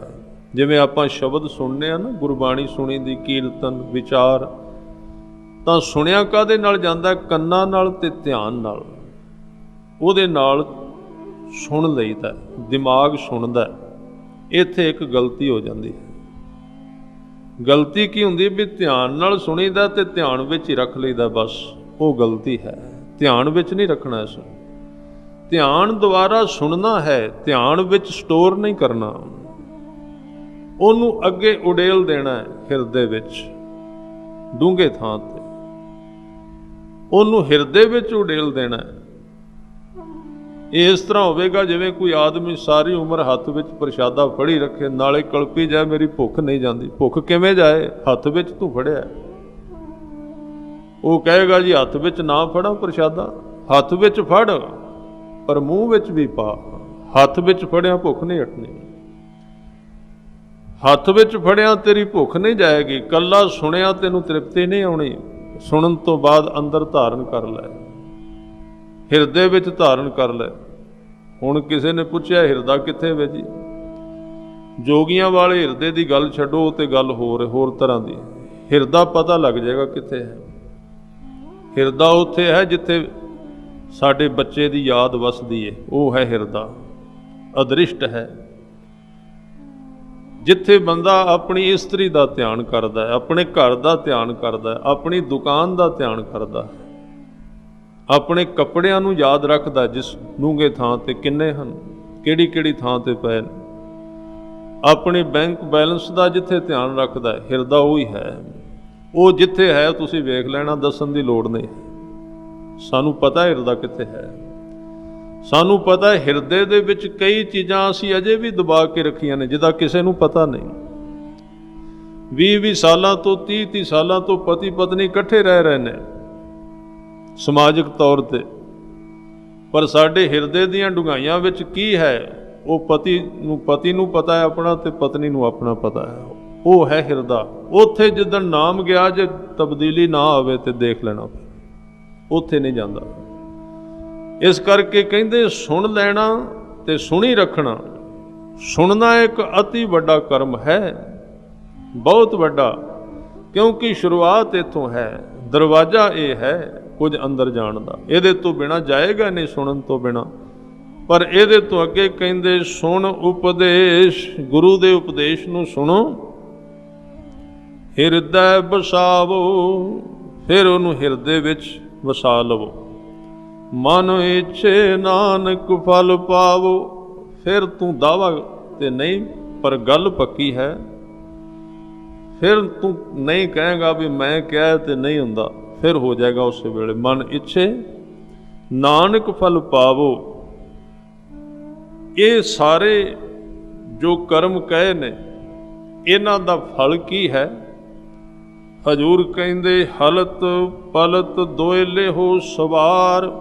ਹਲਤ ਦਾ ਅਰਥ ਹੈ ਦੁਨੀਆ, ਸੰਸਾਰ। ਪਲਤ ਦਾ ਅਰਥ ਹੈ ਜਦੋਂ ਸੰਸਾਰ ਛੁੱਟ ਗਿਆ, ਉਹ ਵੀ ਸਵਾਰਿਆ ਗਿਆ, ਇਹ ਜਗਤ ਵੀ ਸਵਾਰਿਆ ਗਿਆ। ਰਾਮ ਨਾਮ ਅੰਤਰ ਉਰ ਧਾਰ। ਉਰ ਦੇ ਅਰਥ ਫਿਰ ਹਿਰਦਾ ਨੇ। ਵਾਹਿਗੁਰੂ ਦੇ ਨਾਮ ਨੂੰ ਆਪਣੇ ਹਿਰਦੇ ਦੇ ਅੰਦਰ ਧਾਰਨ ਕਰ ਲੈ, ਟਿਕਾ ਲੈ। ਦਿਮਾਗ ਸੁਣਦਾ। ਇੱਥੇ ਇੱਕ ਗਲਤੀ ਹੋ ਜਾਂਦੀ ਹੈ। ਗਲਤੀ ਕੀ ਹੁੰਦੀ ਵੀ ਧਿਆਨ ਨਾਲ ਸੁਣੀਦਾ ਤੇ ਧਿਆਨ ਵਿੱਚ ਹੀ ਰੱਖ ਲਈਦਾ, ਬਸ ਉਹ ਗਲਤੀ ਹੈ। ਧਿਆਨ ਵਿੱਚ ਨਹੀਂ ਰੱਖਣਾ। ਇਸ ਧਿਆਨ ਦੁਆਰਾ ਸੁਣਨਾ ਹੈ, ਧਿਆਨ ਵਿੱਚ ਸਟੋਰ ਨਹੀਂ ਕਰਨਾ। ਉਹਨੂੰ ਅੱਗੇ ਉਡੇਲ ਦੇਣਾ ਹੈ ਹਿਰਦੇ ਵਿੱਚ, ਡੂੰਘੇ ਥਾਂ ਤੇ ਉਹਨੂੰ ਹਿਰਦੇ ਵਿੱਚ ਉਡੇਲ ਦੇਣਾ ਹੈ। ਇਹ ਇਸ ਤਰ੍ਹਾਂ ਹੋਵੇਗਾ ਜਿਵੇਂ ਕੋਈ ਆਦਮੀ ਸਾਰੀ ਉਮਰ ਹੱਥ ਵਿੱਚ ਪ੍ਰਸ਼ਾਦਾ ਫੜੀ ਰੱਖੇ, ਨਾਲੇ ਕਲਪੀ ਜਾਏ ਮੇਰੀ ਭੁੱਖ ਨਹੀਂ ਜਾਂਦੀ। ਭੁੱਖ ਕਿਵੇਂ ਜਾਏ? ਹੱਥ ਵਿੱਚ ਤੂੰ ਫੜਿਆ। ਉਹ ਕਹੇਗਾ ਜੀ ਹੱਥ ਵਿੱਚ ਨਾ ਫੜਾਂ ਪ੍ਰਸ਼ਾਦਾ, ਹੱਥ ਵਿੱਚ ਫੜ ਪਰ ਮੂੰਹ ਵਿੱਚ ਵੀ ਪਾ। ਹੱਥ ਵਿੱਚ ਫੜਿਆ ਭੁੱਖ ਨਹੀਂ ਹਟਣੀ, ਹੱਥ ਵਿੱਚ ਫੜਿਆ ਤੇਰੀ ਭੁੱਖ ਨਹੀਂ ਜਾਏਗੀ। ਕੱਲਾ ਸੁਣਿਆ ਤੈਨੂੰ ਤ੍ਰਿਪਤੀ ਨਹੀਂ ਆਉਣੀ। ਸੁਣਨ ਤੋਂ ਬਾਅਦ ਅੰਦਰ ਧਾਰਨ ਕਰ ਲੈ, ਹਿਰਦੇ ਵਿੱਚ ਧਾਰਨ ਕਰ ਲੈ। ਹੁਣ ਕਿਸੇ ਨੇ ਪੁੱਛਿਆ ਹਿਰਦਾ ਕਿੱਥੇ ਵੇ ਜੀ? ਜੋਗੀਆਂ ਵਾਲੇ ਹਿਰਦੇ ਦੀ ਗੱਲ ਛੱਡੋ, ਤੇ ਗੱਲ ਹੋਰ ਤਰ੍ਹਾਂ ਦੀ। ਹਿਰਦਾ ਪਤਾ ਲੱਗ ਜਾਏਗਾ ਕਿੱਥੇ ਹੈ। ਹਿਰਦਾ ਉੱਥੇ ਹੈ ਜਿੱਥੇ ਸਾਡੇ ਬੱਚੇ ਦੀ ਯਾਦ ਵਸਦੀ ਹੈ, ਉਹ ਹੈ ਹਿਰਦਾ। ਅਦ੍ਰਿਸ਼ਟ ਹੈ ਜਿੱਥੇ ਬੰਦਾ ਆਪਣੀ ਇਸਤਰੀ ਦਾ ਧਿਆਨ ਕਰਦਾ ਹੈ, ਆਪਣੇ ਘਰ ਦਾ ਧਿਆਨ ਕਰਦਾ ਹੈ, ਆਪਣੀ ਦੁਕਾਨ ਦਾ ਧਿਆਨ ਕਰਦਾ ਹੈ, ਆਪਣੇ ਕੱਪੜਿਆਂ ਨੂੰ ਯਾਦ ਰੱਖਦਾ, ਜਿਸ ਡੂੰਘੇ ਥਾਂ ਤੇ ਕਿੰਨੇ ਹਨ, ਕਿਹੜੀ ਕਿਹੜੀ ਥਾਂ ਤੇ ਪਏ ਨੇ। ਆਪਣੇ ਬੈਂਕ ਬੈਲੈਂਸ ਦਾ ਜਿੱਥੇ ਧਿਆਨ ਰੱਖਦਾ ਹੈ, ਹਿਰਦਾ ਉਹੀ ਹੈ। ਉਹ ਜਿੱਥੇ ਹੈ ਤੁਸੀਂ ਵੇਖ ਲੈਣਾ, ਦੱਸਣ ਦੀ ਲੋੜ ਨਹੀਂ। ਸਾਨੂੰ ਪਤਾ ਹਿਰਦਾ ਕਿੱਥੇ ਹੈ।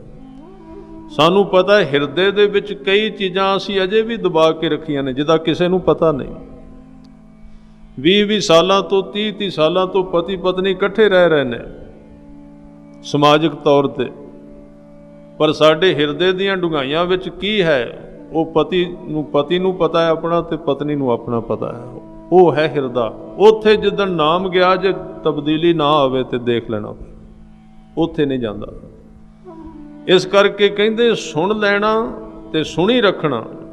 ਸੁਣਨਾ ਇੱਕ ਅਤੀ ਵੱਡਾ ਕਰਮ ਹੈ, ਬਹੁਤ ਵੱਡਾ, ਕਿਉਂਕਿ ਸ਼ੁਰੂਆਤ ਇੱਥੋਂ ਹੈ, ਦਰਵਾਜ਼ਾ ਇਹ ਹੈ ਕੁਝ ਅੰਦਰ ਜਾਣ ਦਾ। ਇਹਦੇ ਤੋਂ ਬਿਨਾਂ ਜਾਏਗਾ ਨਹੀਂ, ਸੁਣਨ ਤੋਂ ਬਿਨਾਂ।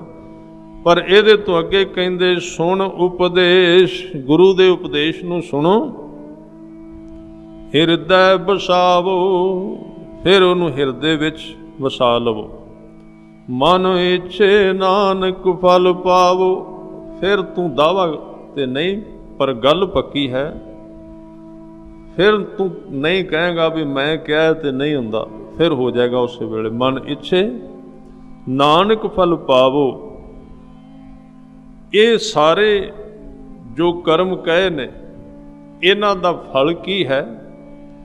ਹਜ਼ੂਰ ਕਹਿੰਦੇ ਹਲਤ ਪਲਤ ਦੋਇਲੇ ਹੋ ਸਵਾਰ। ਹਲਤ ਦਾ ਅਰਥ ਹੈ ਦੁਨੀਆ, ਸੰਸਾਰ। ਪਲਤ ਦਾ ਅਰਥ ਹੈ ਜਦੋਂ ਸੰਸਾਰ ਛੁੱਟ ਗਿਆ, ਉਹ ਵੀ ਸਵਾਰਿਆ ਗਿਆ, ਇਹ ਜਗਤ ਵੀ ਸਵਾਰਿਆ ਗਿਆ। ਰਾਮ ਨਾਮ ਅੰਤਰ ਉਰ ਧਾਰ। ਉਰ ਦੇ ਅਰਥ ਫਿਰ ਹਿਰਦਾ ਨੇ। ਵਾਹਿਗੁਰੂ ਦੇ ਨਾਮ ਨੂੰ ਆਪਣੇ ਹਿਰਦੇ ਦੇ ਅੰਦਰ ਧਾਰਨ ਕਰ ਲੈ, ਟਿਕਾ ਲੈ। ਪੂਰੇ ਗੁਰ ਕੀ ਹੀ ਪੂਰੀ ਦਿਖਿਆ, ਜਿਸ ਮਨ ਬਸੈ ਤਿਸ ਸਾਚ ਪਰਿਖਿਆ। ਗੁਰੂ ਵੀ ਦੋ ਤਰ੍ਹਾਂ ਦੇ ਨੇ, ਇੱਕ ਪੂਰਾ, ਇੱਕ ਅਧੂਰਾ। ਇਹ ਨਾ ਸਮਝਣਾ ਜਿਹੜਾ ਗੁਰੂ ਸੰਸਾਰ ਦੀਆਂ ਸਾਰੀਆਂ ਚੀਜ਼ਾਂ ਦੇ ਦੇ ਉਹ ਪੂਰਾ ਗੁਰੂ ਹੈ। ਇਹ ਤਾਂ ਰਾਹ ਵਿੱਚ ਵੀ ਹੋ ਜਾਂਦਾ ਹੈ। ਪੂਰਾ ਗੁਰੂ ਕੁਝ ਹੋਰ ਵੀ ਦਿੰਦਾ ਹੈ ਜੋ ਅਸੀਂ ਨਹੀਂ ਮੰਗਣਾ ਚਾਹੁੰਦੇ। ਇਹ ਦਾਤਾਂ ਤੇ ਗੁਰੂ ਸਾਨੂੰ ਤਾਂ ਦਿੰਦਾ ਵੀ ਕੋਲ ਤੇ ਆਉਣ, ਇੱਕ ਵਾਰੀ ਨੇੜੇ ਆਉਣ, ਫਿਰ ਇਹਨਾਂ ਨੂੰ ਮੈਂ ਸਮਝਾਵਾਂਗਾ ਵੀ ਅਸਲੀ ਚੀਜ਼ ਕਿਹੜੀ। ਫਿਰ ਅਸਲੀ ਚੀਜ਼ ਦੇਗਾ ਗੁਰੂ, ਜੋ ਦੇਣਾ ਚਾਹੁੰਦਾ ਹੈ। ਅਜੇ ਅਸੀਂ ਉਹ ਹੀ ਲੈ ਰਹੇ ਹਾਂ ਜੋ ਅਸੀਂ ਚਾਹੁੰਦੇ ਹਾਂ, ਅਜੇ ਉਹ ਨਹੀਂ ਲਿਆ ਜੋ ਗੁਰੂ ਦੇਣਾ ਚਾਹੁੰਦੇ।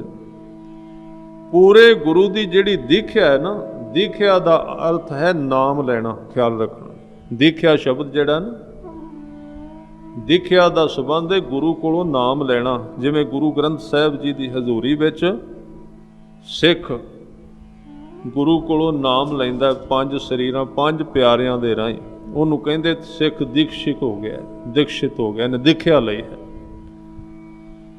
ਇਹ ਕਹਿੰਦੇ ਪੂਰੇ ਗੁਰੂ ਦੀ ਜਿਹੜੀ ਦੀਖਿਆ ਨਾ ਉਹ ਪੂਰੀ ਹੈ। ਪੂਰੀ ਦਾ ਅਰਥ ਹੈ ਅਧੂਰੀ ਨਹੀਂ। ਜਿਵੇਂ ਦਵਾਈ ਅੱਧੀ ਮਿੱਠੀ ਤੇ ਅੱਧੀ ਕੌੜੀ, ਸਾਰੀ ਨੂੰ ਮਿਲਾ ਕੇ ਉਹ ਪੂਰੀ ਬਣਦੀ ਹੈ। ਉਹਦੇ ਵਿੱਚ ਇਹ ਨਹੀਂ ਵੀ ਕੌੜੀ ਨੂੰ ਸਿੱਟ ਦਿਓ ਤੇ ਮਿੱਠੀ ਖਾ ਜਾਓ। ਇਹ ਅਧੂਰੇ ਗੁਰੂ ਦੀ ਦਵਾਈ ਹੈ। ਉਹ ਮਿੱਠੀ ਮਿੱਠੀ ਖਵਾਉਂਦਾ, ਕੌੜੀ ਕਹਿੰਦਾ ਨਾ ਖਾਓ। ਪੂਰੇ ਗੁਰੂ ਦੀ ਦਵਾਈ ਪੂਰੀ ਖਾਣੀ ਪੈਂਦੀ ਹੈ, ਕੌੜੀ ਵੀ ਖਾਣੀ ਪੈਂਦੀ, ਮਿੱਠੀ ਵੀ, ਦੋਵੇਂ ਚੀਜ਼ਾਂ। ਇੱਥੇ ਕਹਿੰਦੇ ਉਹਦੀ ਜਿਹੜੀ ਦਿਖਿਆ ਨਾ ਗੁਰੂ ਦੀ ਉਹ ਪੂਰੀ ਹੈ। ਪੂਰੇ ਗੁਰ ਕੀ ਪੂਰੀ ਦਿਖਿਆ। ਤੇ ਕਿਹਦੇ ਮਨ ਵਿੱਚ ਵਸਦੀ ਹੈ? ਸਤਿਗੁਰੂ ਕਹਿੰਦੇ ਜਿਹਦੇ ਮਨ ਦੇ ਵਿੱਚ ਵਸ ਗਏ ਨਾ, ਜਿਸ ਮਨ ਵਸੈ ਜਿਹਦੇ ਮਨ ਵਿੱਚ ਵਸੀਏ ਉਹ ਵਸਣ ਤੋਂ ਪਹਿਲਾਂ ਤਿਸ ਸਾਚ ਪ੍ਰੀਖਿਆ। ਪ੍ਰੀਖਿਆ ਸ਼ਬਦ ਦੀ ਵਿਆਖਿਆ ਦੀ ਲੋੜ ਨਹੀਂ, ਮੇਰੇ ਖਿਆਲ ਵਿੱਚ ਪ੍ਰੀਖਿਆ ਤੁਸੀਂ ਸਾਰਿਆਂ ਨੇ ਦਿੱਤੀ ਹੋਣੀ ਹੈ। ਪ੍ਰੀਖਿਆ ਦਾ ਅਰਥ ਟੈਸਟ, ਕਿ ਜੋ ਸਾਲ ਵਿੱਚ ਕੀਤਾ ਹੈ ਉਹਨੂੰ ਕੀ ਆਉਂਦਾ ਹੈ। ਐਗਜ਼ਾਮ ਟੈਸਟ ਲੈ ਜਾਂਦੇ ਨੇ, ਸਿੱਧੇ ਹੈ ਸ਼ਬਦ ਪੰਜਾਬੀ ਦਾ, ਇੰਗਲਿਸ਼ ਦਾ ਉਹਨੂੰ ਪੇਪਰ ਕਹਿੰਦੇ ਨੇ, ਪਿੰਡਾਂ ਵਾਲੇ ਪੇਪਰ ਹੋਣੇ ਨੇ। ਕਹਿੰਦੇ ਉਹਦੀ ਪ੍ਰੀਖਿਆ ਲੈਂਦਾ ਗੁਰੂ, ਤੇ ਪ੍ਰੀਖਿਆ ਦੇ ਅਰਥ ਹੁੰਦੇ ਨੇ ਜੋ ਪਹਿਲਾਂ ਲੀਕ ਨਾ ਹੋ ਜਾਏ। ਕੁਐਸਚਨ ਪੇਪਰ ਜਿਹੜਾ ਹੈ ਉਹ ਲੀਕ ਨਹੀਂ ਕੀਤਾ ਜਾਂਦਾ। ਜਿਹੜਾ ਟੀਚਰ ਹੈ ਉਹ ਸਾਰਾ ਕੁਝ ਪੜ੍ਹਾ ਦੇਗਾ, ਸਭ ਕੁਝ ਪੜ੍ਹਾ ਦੇਗਾ, ਪਰ ਇਹ ਨਹੀਂ ਦੱਸੇਗਾ ਵੀ ਟੈਸਟ ਵਿੱਚ ਕੀ ਆਉਣਾ ਹੈ। ਜੇ ਉਹ ਦੱਸਦਾ ਹੈ ਤੇ ਇਮਾਨਦਾਰ ਨਹੀਂ ਹੈ। ਉਹ ਕੁਐਸਚਨ ਨਹੀਂ ਦੱਸੇਗਾ 10-12, ਸਾਰਾ ਸਾਲ ਪੜ੍ਹਾਉਂਦਾ ਰਹੇਗਾ, ਇੱਕ ਇੱਕ ਚੀਜ਼ ਸਮਝਾਏਗਾ, ਇਹਦੇ ਅਰਥ ਆਹ ਨੇ, ਇਹਦੇ ਆਹ ਨੇ। ਇੱਕ ਹੋਰ ਉਸ ਟੀਚਰ ਦੇ ਉੱਤੇ ਪਾਬੰਦੀ ਹੈ, ਜੇ ਉਹ ਇਮਾਨਦਾਰੀ ਨਾਲ ਕਰੇ ਕਿ ਜਦੋਂ ਤੇਰੇ ਵਿਦਿਆਰਥੀ ਨੇ ਟੈਸਟ ਦੇਣਾ ਤੂੰ ਇਹਨੂੰ ਦੱਸਣਾ ਕੁਝ ਨਹੀਂ ਵੀ ਇਹ ਕੀ ਹੈ। ਇਹ ਵੀ ਪੂਰਾ ਗੁਰੂ ਕਰਦਾ। ਜਦੋਂ ਸਾਡੇ ਜੀਵਨ ਵਿੱਚ ਕੁਝ ਇਸ ਤਰ੍ਹਾਂ ਦਾ ਵਾਪਰੇ ਨਾ ਜਿਹਦੇ ਅਰਥ ਨਾ ਲੱਭਣ, ਪਤਾ ਨਾ ਲੱਗੇ ਕਿਉਂ ਹੋ ਰਿਹਾ ਹੈ, ਉਹ ਟੈਸਟ ਤੇ ਖਿਆਲ ਰੱਖਣਾ। ਉੱਥੇ ਗੁਰੂ ਦੱਸੇਗਾ ਵੀ ਨਹੀਂ, ਅਸੀਂ ਬੜੇ ਹੁਕਮਨਾਮੇ ਲੈਂਦੇ ਹਾਂ ਜੀ, ਦੱਸੋ ਜੀ, ਕਰੋ, ਨਹੀਂ ਦੱਸੇਗਾ। ਜੇ ਦੱਸ ਦਿੱਤਾ ਤੇ ਉਹ ਟੈਸਟ ਨਹੀਂ ਰਿਹਾ, ਫਿਰ ਟੈਸਟ ਕਾਹਦਾ ਹੋਇਆ। ਕਈ ਜੀਵਨ ਵਿੱਚ ਐਸੀਆਂ ਥਾਵਾਂ ਹੁੰਦੀਆਂ ਨੇ ਜਿੱਥੇ ਸਿੱਖ ਵਾਰ-ਵਾਰ ਗੁਰੂ ਤੋਂ ਪੁੱਛਦਾ, ਇਹ ਕਿਉਂ, ਮੇਰੇ ਵਿੱਚ ਕੀ ਨੁਕਸ ਹੈ, ਮੈਂ ਕੀ ਪਾਪ ਕੀਤਾ ਹੈ, ਮੈਨੂੰ ਕਾਹਦੀ ਸਜ਼ਾ ਹੈ।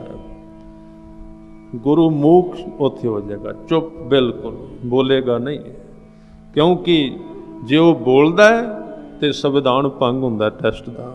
ਉਹ ਦੱਸੇਗਾ ਨਹੀਂ, ਬਿਲਕੁਲ ਕੁਝ ਨਹੀਂ ਦੱਸੇਗਾ, ਔਰ ਉਹ ਕਦੀ ਵੀ ਨਹੀਂ ਦੱਸੇਗਾ। ਉਹ ਸਿਰਫ ਵਿਦਿਆਰਥੀ ਨੇ ਉਹਨੂੰ ਕਲੀਅਰ ਕਰਨਾ ਹੈ ਔਰ ਟੈਸਟ ਵਿੱਚੋਂ ਨੰਬਰ ਲੈਣੇ ਨੇ, ਬਸ। ਹਾਂ, ਇੱਕ ਕੰਮ ਗੁਰੂ ਕਰ ਦਿੰਦਾ ਹੈ, ਜੇ ਸਿੱਖ ਇਮਾਨਦਾਰ ਹੋਵੇ ਤੇ ਜੇ ਕਿਤੇ ਫੇਲ ਹੁੰਦਾ ਹੋਵੇ 4 ਨੰਬਰਾਂ ਤੋਂ, ਮਿਹਨਤ ਕਰਦਾ ਰਿਹਾ ਹੋਵੇ ਸਾਰੀ ਉਮਰ, ਤੇ 2-4 ਨੰਬਰ ਕੋਲੋਂ ਲਾ ਕੇ ਕਹਿੰਦਾ ਕੋਈ ਗੱਲ ਨਹੀਂ, ਭਾਵੇਂ 4 ਨੰਬਰ ਘੱਟ ਨੇ ਪਰ ਇਮਾਨਦਾਰੀ ਨਾਲ ਪੜ੍ਹਦਾ ਰਿਹਾ, ਪਾਸ ਕਰ ਦਿੰਦਾ ਹੈ। ਤੇ ਜੇ ਬੇਈਮਾਨ ਹੋਵੇ ਵਿਦਿਆਰਥੀ, ਕਦੀ ਆਇਆ ਕਦੀ ਨਾ ਆਇਆ, ਕਦੀ ਕੰਮ ਕੀਤਾ ਕਦੀ ਨਾ ਕੀਤਾ, ਤੇ ਉਹਨੂੰ ਟੀਚਰ ਜਾਣਦਾ ਹੈ ਨਾ, ਜੇ ਉਹਦੇ ਨੰਬਰ ਘੱਟ ਹੋ ਜਾਣ ਉਹਨੂੰ ਨਹੀਂ ਦੇਗਾ ਨੰਬਰ ਕੋਲੋਂ।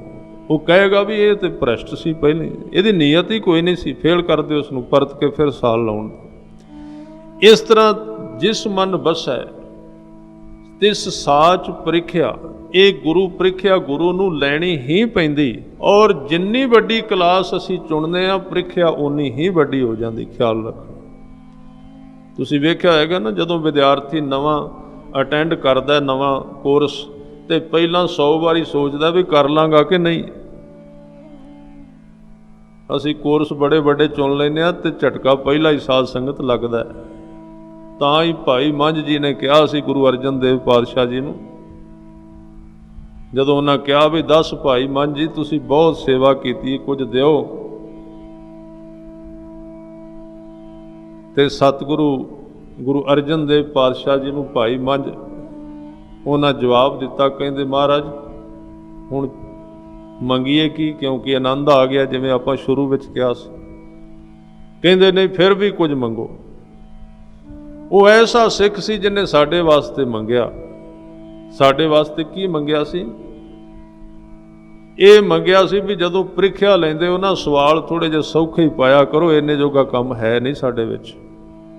ਸਿੱਧੇ ਸਾਦੇ ਜਿਹੇ ਸਵਾਲ ਪਾ ਦਿਆ ਕਰੋ, ਚਲੋ ਉਹਨਾਂ ਨੂੰ ਆਪਾਂ ਕੁਝ ਨਾ ਕੁਝ ਠੀਕ ਕਰ ਦਿਆਂਗੇ। ਇਹ ਨਾ ਸੋਚਿਆ ਜੇ ਵੀ ਸਭ ਤੋਂ ਔਖੇ ਮਹਿੰਗੇ ਸਵਾਲ ਜਿਹੜੇ ਨੇ ਉਹ ਪਾਓਗੇ, ਉਹ ਸਾਡੇ ਤੋਂ ਕਲੀਅਰ ਕੋਈ ਨਹੀਂ ਹੋਣੇ। ਇਸ ਕਰਕੇ ਭਾਈ ਮੰਝ ਜੀ ਨੇ ਸਾਡੇ ਵਾਸਤੇ ਸਿੱਖੀ ਸੌਖੀ ਕਰ ਦਿੱਤੀ ਹੈ। ਔਰ ਗੁਰੂ ਜਿਹੜਾ ਹੈ ਉਹ ਫਿਰ ਇੱਕ ਥਾਂ ਤੇ ਸਿੱਖ ਦੇ ਨਾਲ ਵੀ ਖੜਾ ਹੈ, ਉਹਨੂੰ ਰਿਆਇਤ ਵੀ ਦਿੰਦਾ ਹੈ, ਉਹਨੂੰ ਫਿਰ ਦਿੰਦਾ, ਟਾਈਮ ਦੇ ਦਿੰਦਾ। ਇੱਕ ਪੇਪਰ ਰਹਿ ਗਿਆ ਕੰਪਾਰਟਮੈਂਟ, ਚੱਲ ਫਿਰ ਦੇ ਦੇ, ਫਿਰ ਦੇ ਦੇ, ਫਿਰ। ਇਸ ਤਰ੍ਹਾਂ ਉਹਨੇ ਅਖੀਰ ਤੇ ਜਾ ਕੇ ਆਪਣੇ ਸਿੱਖ ਨੂੰ ਜ਼ਰੂਰ ਹੀ ਪਾਸ ਕਰਨਾ ਹੈ। ਇੱਥੇ ਕਹਿੰਦੇ ਜਿਸ ਮਨ ਵਸੈ ਤਿਸ ਸਾਚ ਪ੍ਰੀਖਿਆ। ਉਹਦੀ ਪ੍ਰੀਖਿਆ ਲਈ ਜਾਂਦੀ ਹੈ। ਔਰ ਇਸ ਤੋਂ ਅੱਗੇ ਕਹਿੰਦੇ ਮਨ ਤਨ ਨਾਮ ਜਪੋ ਲਿਵ ਲਾਏ। ਮਨ ਔਰ ਤਨ ਵਿੱਚ ਧਿਆਨ ਲਾ ਕੇ ਅਕਾਲ ਪੁਰਖ ਦੇ ਨਾਮ ਨੂੰ ਲਿਵ ਲਾ ਕੇ ਜਪਣਾ ਕਰੋ। ਦੁੱਖ ਦਰਦ ਮਨ ਤੇ ਭਉ ਜਾਏ। ਜੀਵਨ ਦੇ ਸਾਰੇ ਦਰਦ, ਦੁੱਖ ਤੇ ਡਰ ਇਹ ਮਨ ਤੋਂ ਚਲੇ ਜਾਣਗੇ ਜਦੋਂ ਮਨ ਤੇ ਤਨ ਵਿੱਚ ਲਿਵ ਲਾ ਕੇ ਨਾਮ ਜਪਾਂਗੇ। ਹਜ਼ੂਰ ਕਹਿੰਦੇ ਸੱਚ ਵਪਾਰ ਕਰੋ ਵਪਾਰੀ, ਦਰਗਹ ਨਿਭੈ ਖੇਪ ਤੁਮਾਰੀ। ਸੱਚੇ ਨਾਮ ਦਾ ਵਪਾਰ ਕਰੋ, ਉਸ ਨਾਮ ਦੀ ਪੂੰਜੀ ਨੂੰ ਇਕੱਠਾ ਕਰੋ, ਉਸ ਨੂੰ ਵਧਾਓ, ਉਸ ਨੂੰ ਬਹੁਤਾ ਜਪੋ। ਔਰ ਇਹ ਜਿਹੜਾ ਵਪਾਰ ਹੈ, ਇਹ ਜਿਹੜਾ ਧਨ ਹੈ, ਪੂੰਜੀ ਹੈ, ਵਾਹਿਗੁਰੂ ਦੀ ਦਰਗਾਹ ਵਿੱਚ ਇਹਦੀ ਖੇਪ ਨਿਭੀ ਦਾ ਅਰਥ ਹੈ ਪ੍ਰਵਾਨ ਹੋ ਜਾਂਦੀ। ਇਸ ਨਾਮ ਦੇ ਹੋਰ ਕੀ ਤਰੀਕੇ ਦੱਸੇ? ਕਹਿੰਦੇ ਏਕਾ ਟੇਕ ਰੱਖੋ ਮਨ ਮਾਹੇ। ਇੱਕ ਦੀ ਟੇਕ ਤੇ, ਜੋ ਆਪਾਂ ਪਹਿਲਾਂ ਕਹਿ ਚੁੱਕੇ ਭਰੋਸੇ ਦੀ ਗੱਲ, ਇੱਕ ਤੇ ਭਰੋਸਾ ਕਰਕੇ ਮਨ ਦੇ ਵਿੱਚ ਇੱਕ ਦੀ ਟੇਕ ਲੈ ਕੇ ਤੁਸੀਂ ਇਸ ਨਾਮ ਨੂੰ ਜਪੋ। ਏਕਾ ਟੇਕ ਰੱਖੋ ਮਨ ਮਾਹੇ, ਨਾਨਕ ਬਹੁਰ ਨਾ ਆਵਹਿ ਜਾਹੇ।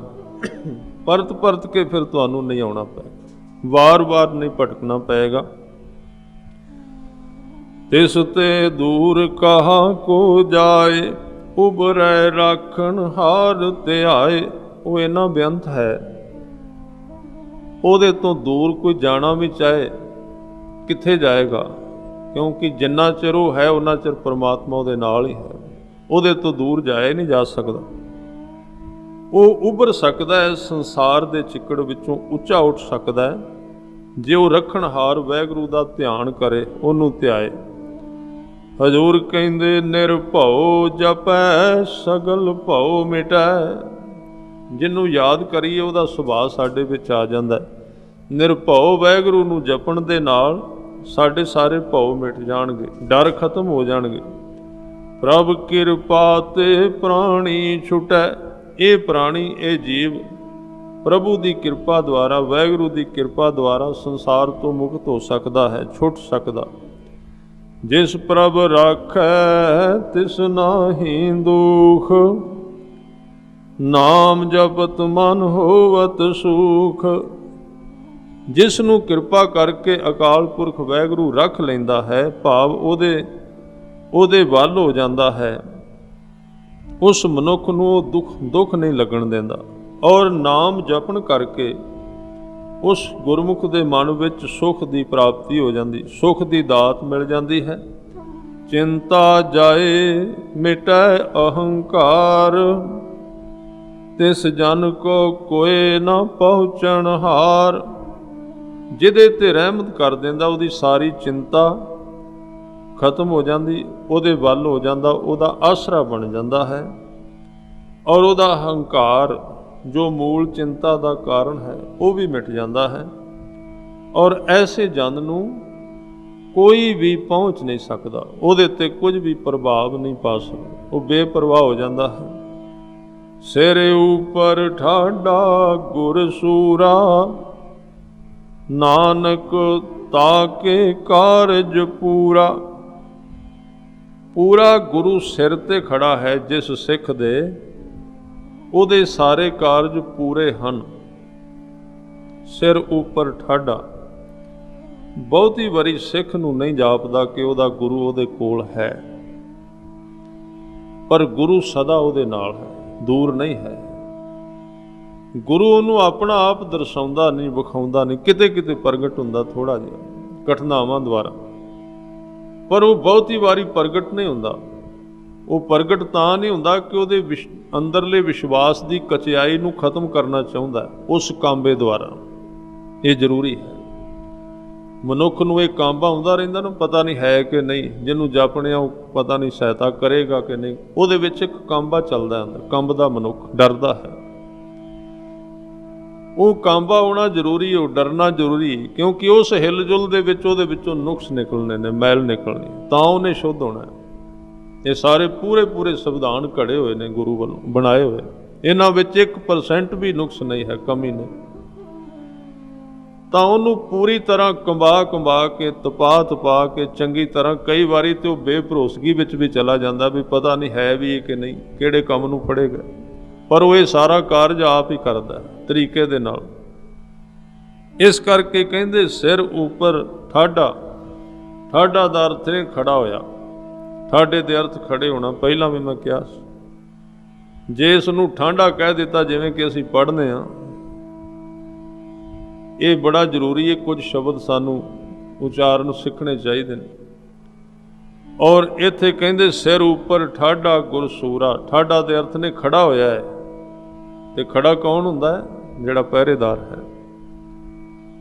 ਜਿਹੜਾ ਮਾਲਕ ਹੈ ਉਹ ਬਹਿ ਜਾਂਦਾ, ਪਹਿਰੇਦਾਰ ਨਹੀਂ ਬਹਿੰਦਾ, ਉਹ ਖਲੋ ਕੇ ਰਹਿੰਦਾ। ਕਿ ਤੁਸੀਂ ਵੇਖਿਆ ਹੋਏਗਾ ਜਿਹੜੇ ਬਾਡੀਗਾਰਡ ਨੇ ਖੜੇ ਰਹਿੰਦੇ ਨੇ ਬਾਹਰ, ਉਹ ਨਹੀਂ ਆਰਾਮ ਕਰਦੇ। ਕਿਵੇਂ ਦੀ ਮਿੱਤਰਤਾ ਸਿੱਖ ਤੇ ਗੁਰੂ ਦੀ, ਉਹਦਾ ਪਹਿਰੇਦਾਰ ਹੈ ਗੁਰੂ। ਇਹਦਾ ਮਤਲਬ ਸਿੱਖ ਆਰਾਮ ਕਰ ਲੈਂਦਾ, ਗੁਰੂ ਆਰਾਮ ਨਹੀਂ ਕਰਦਾ, ਉਹਦੀ ਪਹਿਰੇਦਾਰੀ, ਉਹਦੀ ਰਾਖੀ ਕਰਦਾ ਰਹਿੰਦਾ। ਕਿੰਨਾ ਸੰਬੰਧ ਹੈ ਨਜ਼ਦੀਕ। ਇਸ ਕਰਕੇ ਉਹਦੇ ਉੱਤੇ ਖੜਾ ਹੋਇਆ ਹੈ, ਉਹਦੀ ਰੱਖਿਆ ਕਰਦਾ ਹੈ। ਸਿਰ ਉੱਪਰ ਠਾਡਾ ਗੁਰਸੂਰਾ, ਨਾਨਕ ਤਾਕੇ ਕਾਰਜ ਪੂਰਾ। ਅਖੀਰ ਤੇ ਸਾਹਿਬ ਕਹਿੰਦੇ ਮਤ ਪੂਰੀ, ਅੰਮ੍ਰਿਤ ਜਾਂ ਕੀ ਦ੍ਰਿਸ਼ਟ। ਗੁਰੂ ਦੀ ਜਿਹੜੀ ਮਤ ਹੈ ਨਾ, ਉਹ ਸੰਪੂਰਨ ਤੌਰ ਤੇ ਭਰੀ ਹੋਈ ਹੈ ਅਕਾਲ ਪੁਰਖ ਦੇ ਨਾਮ ਨਾਲ। ਮਤ ਪੂਰੀ। ਵੈਸੇ ਵਿਗਿਆਨਕ ਕਹਿੰਦੇ ਨੇ ਕਈ ਅਰਬ ਬੰਦੇ ਦੇ ਦਿਮਾਗ ਦੇ ਕੋਸ਼ ਨੇ, ਖਜ਼ਾਨੇ ਨੇ, ਉਹਨਾਂ ਵਿੱਚੋਂ ਥੋੜ੍ਹੇ ਜਿਹੇ ਅਸੀਂ ਚਲਾਉਂਦੇ ਹਾਂ, ਬਾਕੀ ਬੰਦ ਰਹਿੰਦੇ। ਗੁਰੂ ਪੂਰੇ ਦਾ ਜਿਹੜਾ ਕਹਿੰਦੇ ਮਤ ਹੈ ਨਾ, ਉਹ ਅੰਮ੍ਰਿਤ ਨਾਲ ਪੂਰੀ ਹੋਈ ਹੈ, ਔਰ ਉਹਦੀ ਦ੍ਰਿਸ਼ਟੀ ਵੀ ਅੰਮ੍ਰਿਤ ਨਾਲ ਭਰੀ ਹੋਈ ਹੈ। ਉਹਦੀਆਂ ਅੱਖਾਂ ਵਿੱਚੋਂ ਅੰਮ੍ਰਿਤ ਵਰਸਦਾ, ਜਿੱਧਰ ਵੇਖਦਾ। ਦਰਸ਼ਨ ਪੇਖਤ ਉਦਰਤ ਸ੍ਰਿਸ਼ਟ। ਇਹ ਸਾਰੀ ਸ੍ਰਿਸ਼ਟੀ ਪੂਰੇ ਸਤਿਗੁਰੂ ਗੁਰੂ ਗ੍ਰੰਥ ਸਾਹਿਬ ਪਾਤਸ਼ਾਹ ਜੀ ਦੇ ਦਰਸ਼ਨ ਕਰਕੇ ਮੁਕਤ ਹੋ ਜਾਂਦੀ ਹੈ। ਸਾਰੀ ਸ੍ਰਿਸ਼ਟੀ ਉਧਰਦੀ ਹੈ, ਭਾਵ ਗੁਰਬਾਣੀ ਸਾਰੀ ਸ੍ਰਿਸ਼ਟੀ ਨੂੰ ਰਸਤਾ ਦਿਖਾਉਂਦੀ ਹੈ, ਰਾਹ ਦਿਖਾਉਂਦੀ ਹੈ, ਬਖਸ਼ਿਸ਼ ਕਰਦੀ ਹੈ। ਚਰਨ ਕਮਲ ਜਾ ਕੇ ਅਨੂਪ। ਉਹਦੇ ਚਰਨ ਜਿਹੜੇ ਹਨ, ਉਹਦੀ ਜਿਹੜੀ ਬਖਸ਼ਿਸ਼ ਹੈ, ਉਹਦੀ ਉਪਮਾ ਕਰਨੀ ਬਹੁਤ ਕਠਿਨ, ਬਹੁਤ ਵੱਡੀ ਹੈ, ਉਪਮਾ ਤੋਂ ਰਹਿਤ। ਸਫਲ ਦਰਸ਼ਨ ਸੁੰਦਰ ਹਰ ਰੂਪ। ਐਸਾ ਸਤਿਗੁਰੂ ਹਰੀ ਦਾ ਰੂਪ ਹੈ, ਉਹਦਾ ਦਰਸ਼ਨ ਬਹੁਤ ਸੁੰਦਰ ਹੈ, ਲੁਭਾਏਮਾਨ ਹੈ, ਸਫਲ ਹੈ ਦਰਸ਼ਨ ਕਰਨਾ। ਹਜ਼ੂਰ ਕਹਿੰਦੇ ਧਨ ਸੇਵਾ ਸੇਵਕ ਪਰਵਾਨ, ਅੰਤਰਜਾਮੀ ਪੁਰਖ ਪ੍ਰਧਾਨ। ਉਹ ਮਨੁੱਖ ਧਨ ਹੈ ਜਿਹੜਾ ਐਸੇ ਗੁਰੂ ਦੀ ਸੇਵਾ ਕਰਦਾ ਹੈ। ਐਸੇ ਗੁਰੂ ਦੀ ਸੇਵਾ ਕਰਨ ਵਾਲਾ ਧਨਤਾ ਦੇ ਯੋਗ ਹੈ। ਪੂਰੇ ਗੁਰੂ ਦੀ ਸੇਵਾ ਕਰਨ ਵਾਲਾ ਵੀ ਧਨ ਹੈ, ਔਰ ਸੇਵਕ ਪ੍ਰਵਾਨ। ਸੇਵਾ ਕਰਦਿਆਂ ਕਰਦਿਆਂ ਉਹ ਪ੍ਰਭੂ ਦੇ ਦਰ ਤੇ ਪ੍ਰਵਾਨ ਹੋ ਜਾਂਦਾ, ਉਹਨੂੰ ਪ੍ਰਵਾਨਗੀ ਮਿਲ ਜਾਂਦੀ। ਔਰ ਜਿਸ ਦੀ ਸੇਵਾ ਕਰ ਰਿਹਾ ਉਹ ਅੰਤਰਜਾਮੀ ਹੈ ਤੇ ਪ੍ਰਧਾਨ ਹੈ ਤੇ ਪੁਰਖ ਹੈ। ਤਿੰਨ ਚੀਜ਼ਾਂ ਉਹਦੇ ਵਿੱਚ, ਅੰਦਰ ਦੀ ਜਾਣਨ ਵਾਲਾ, ਬਿਲਕੁਲ ਨੇੜੇ ਤੋਂ ਨੇੜੇ ਹੈ, ਔਰ ਸਾਰਿਆਂ ਵਿੱਚ ਪੂਰਿਆ ਹੋਇਆ, ਸਭ ਤੋਂ ਵੱਡਾ ਹੈ, ਸਭ ਦੀ ਪ੍ਰਧਾਨਗੀ ਕਰਨ ਵਾਲਾ। ਜਿਸ ਮਨ ਬਸੈ ਸੋ ਹੋਤ ਨਿਹਾਲ, ਤਾਂ ਕੈ ਨਿਕਟ ਨ ਆਵਤ ਕਾਲ। ਜਿਹਦੇ ਮਨ ਵਿੱਚ ਐਸਾ ਵਾਹਿਗੁਰੂ ਨਿਵਾਸ ਕਰਨ ਲੱਗ ਪਏ, ਜਿਹਦੇ ਜੀਵਨ ਦੇ ਵਿੱਚ ਉਹਦਾ ਨਿਵਾਸ ਹੋ ਜਾਏ, ਉਹਦੀ ਯਾਦ, ਉਹਦਾ ਸਿਮਰਨ ਟਿਕ ਜਾਏ, ਉਹਦੇ ਨੇੜੇ ਫਿਰ ਕਾਲ ਨਹੀਂ ਆਉਂਦਾ। ਕਾਲ ਦੇ ਅਰਥ ਨੇ ਸਮਾਂ, ਕਿਉਂਕਿ ਸਮਾਂ ਜਿਹੜਾ ਹੈ ਇਹ ਚੀਜ਼ਾਂ ਨੂੰ ਖਤਮ ਕਰਦਾ ਤੇ ਬਣਾਉਂਦਾ ਹੈ। ਕਾਲ ਇੱਕ ਐਸੀ ਵਸਤੂ ਬਣਾਈ, ਸਮੇਂ ਦਾ ਗਾਇਬ। ਵੈਸੇ ਸਮਾਂ ਕੋਈ ਹੈ ਨਹੀਂ, ਜਿਹਨੂੰ ਗੁਰੂ ਸਾਹਿਬ ਨੇ ਕਿਹਾ ਨਾ ਅਕਾਲ।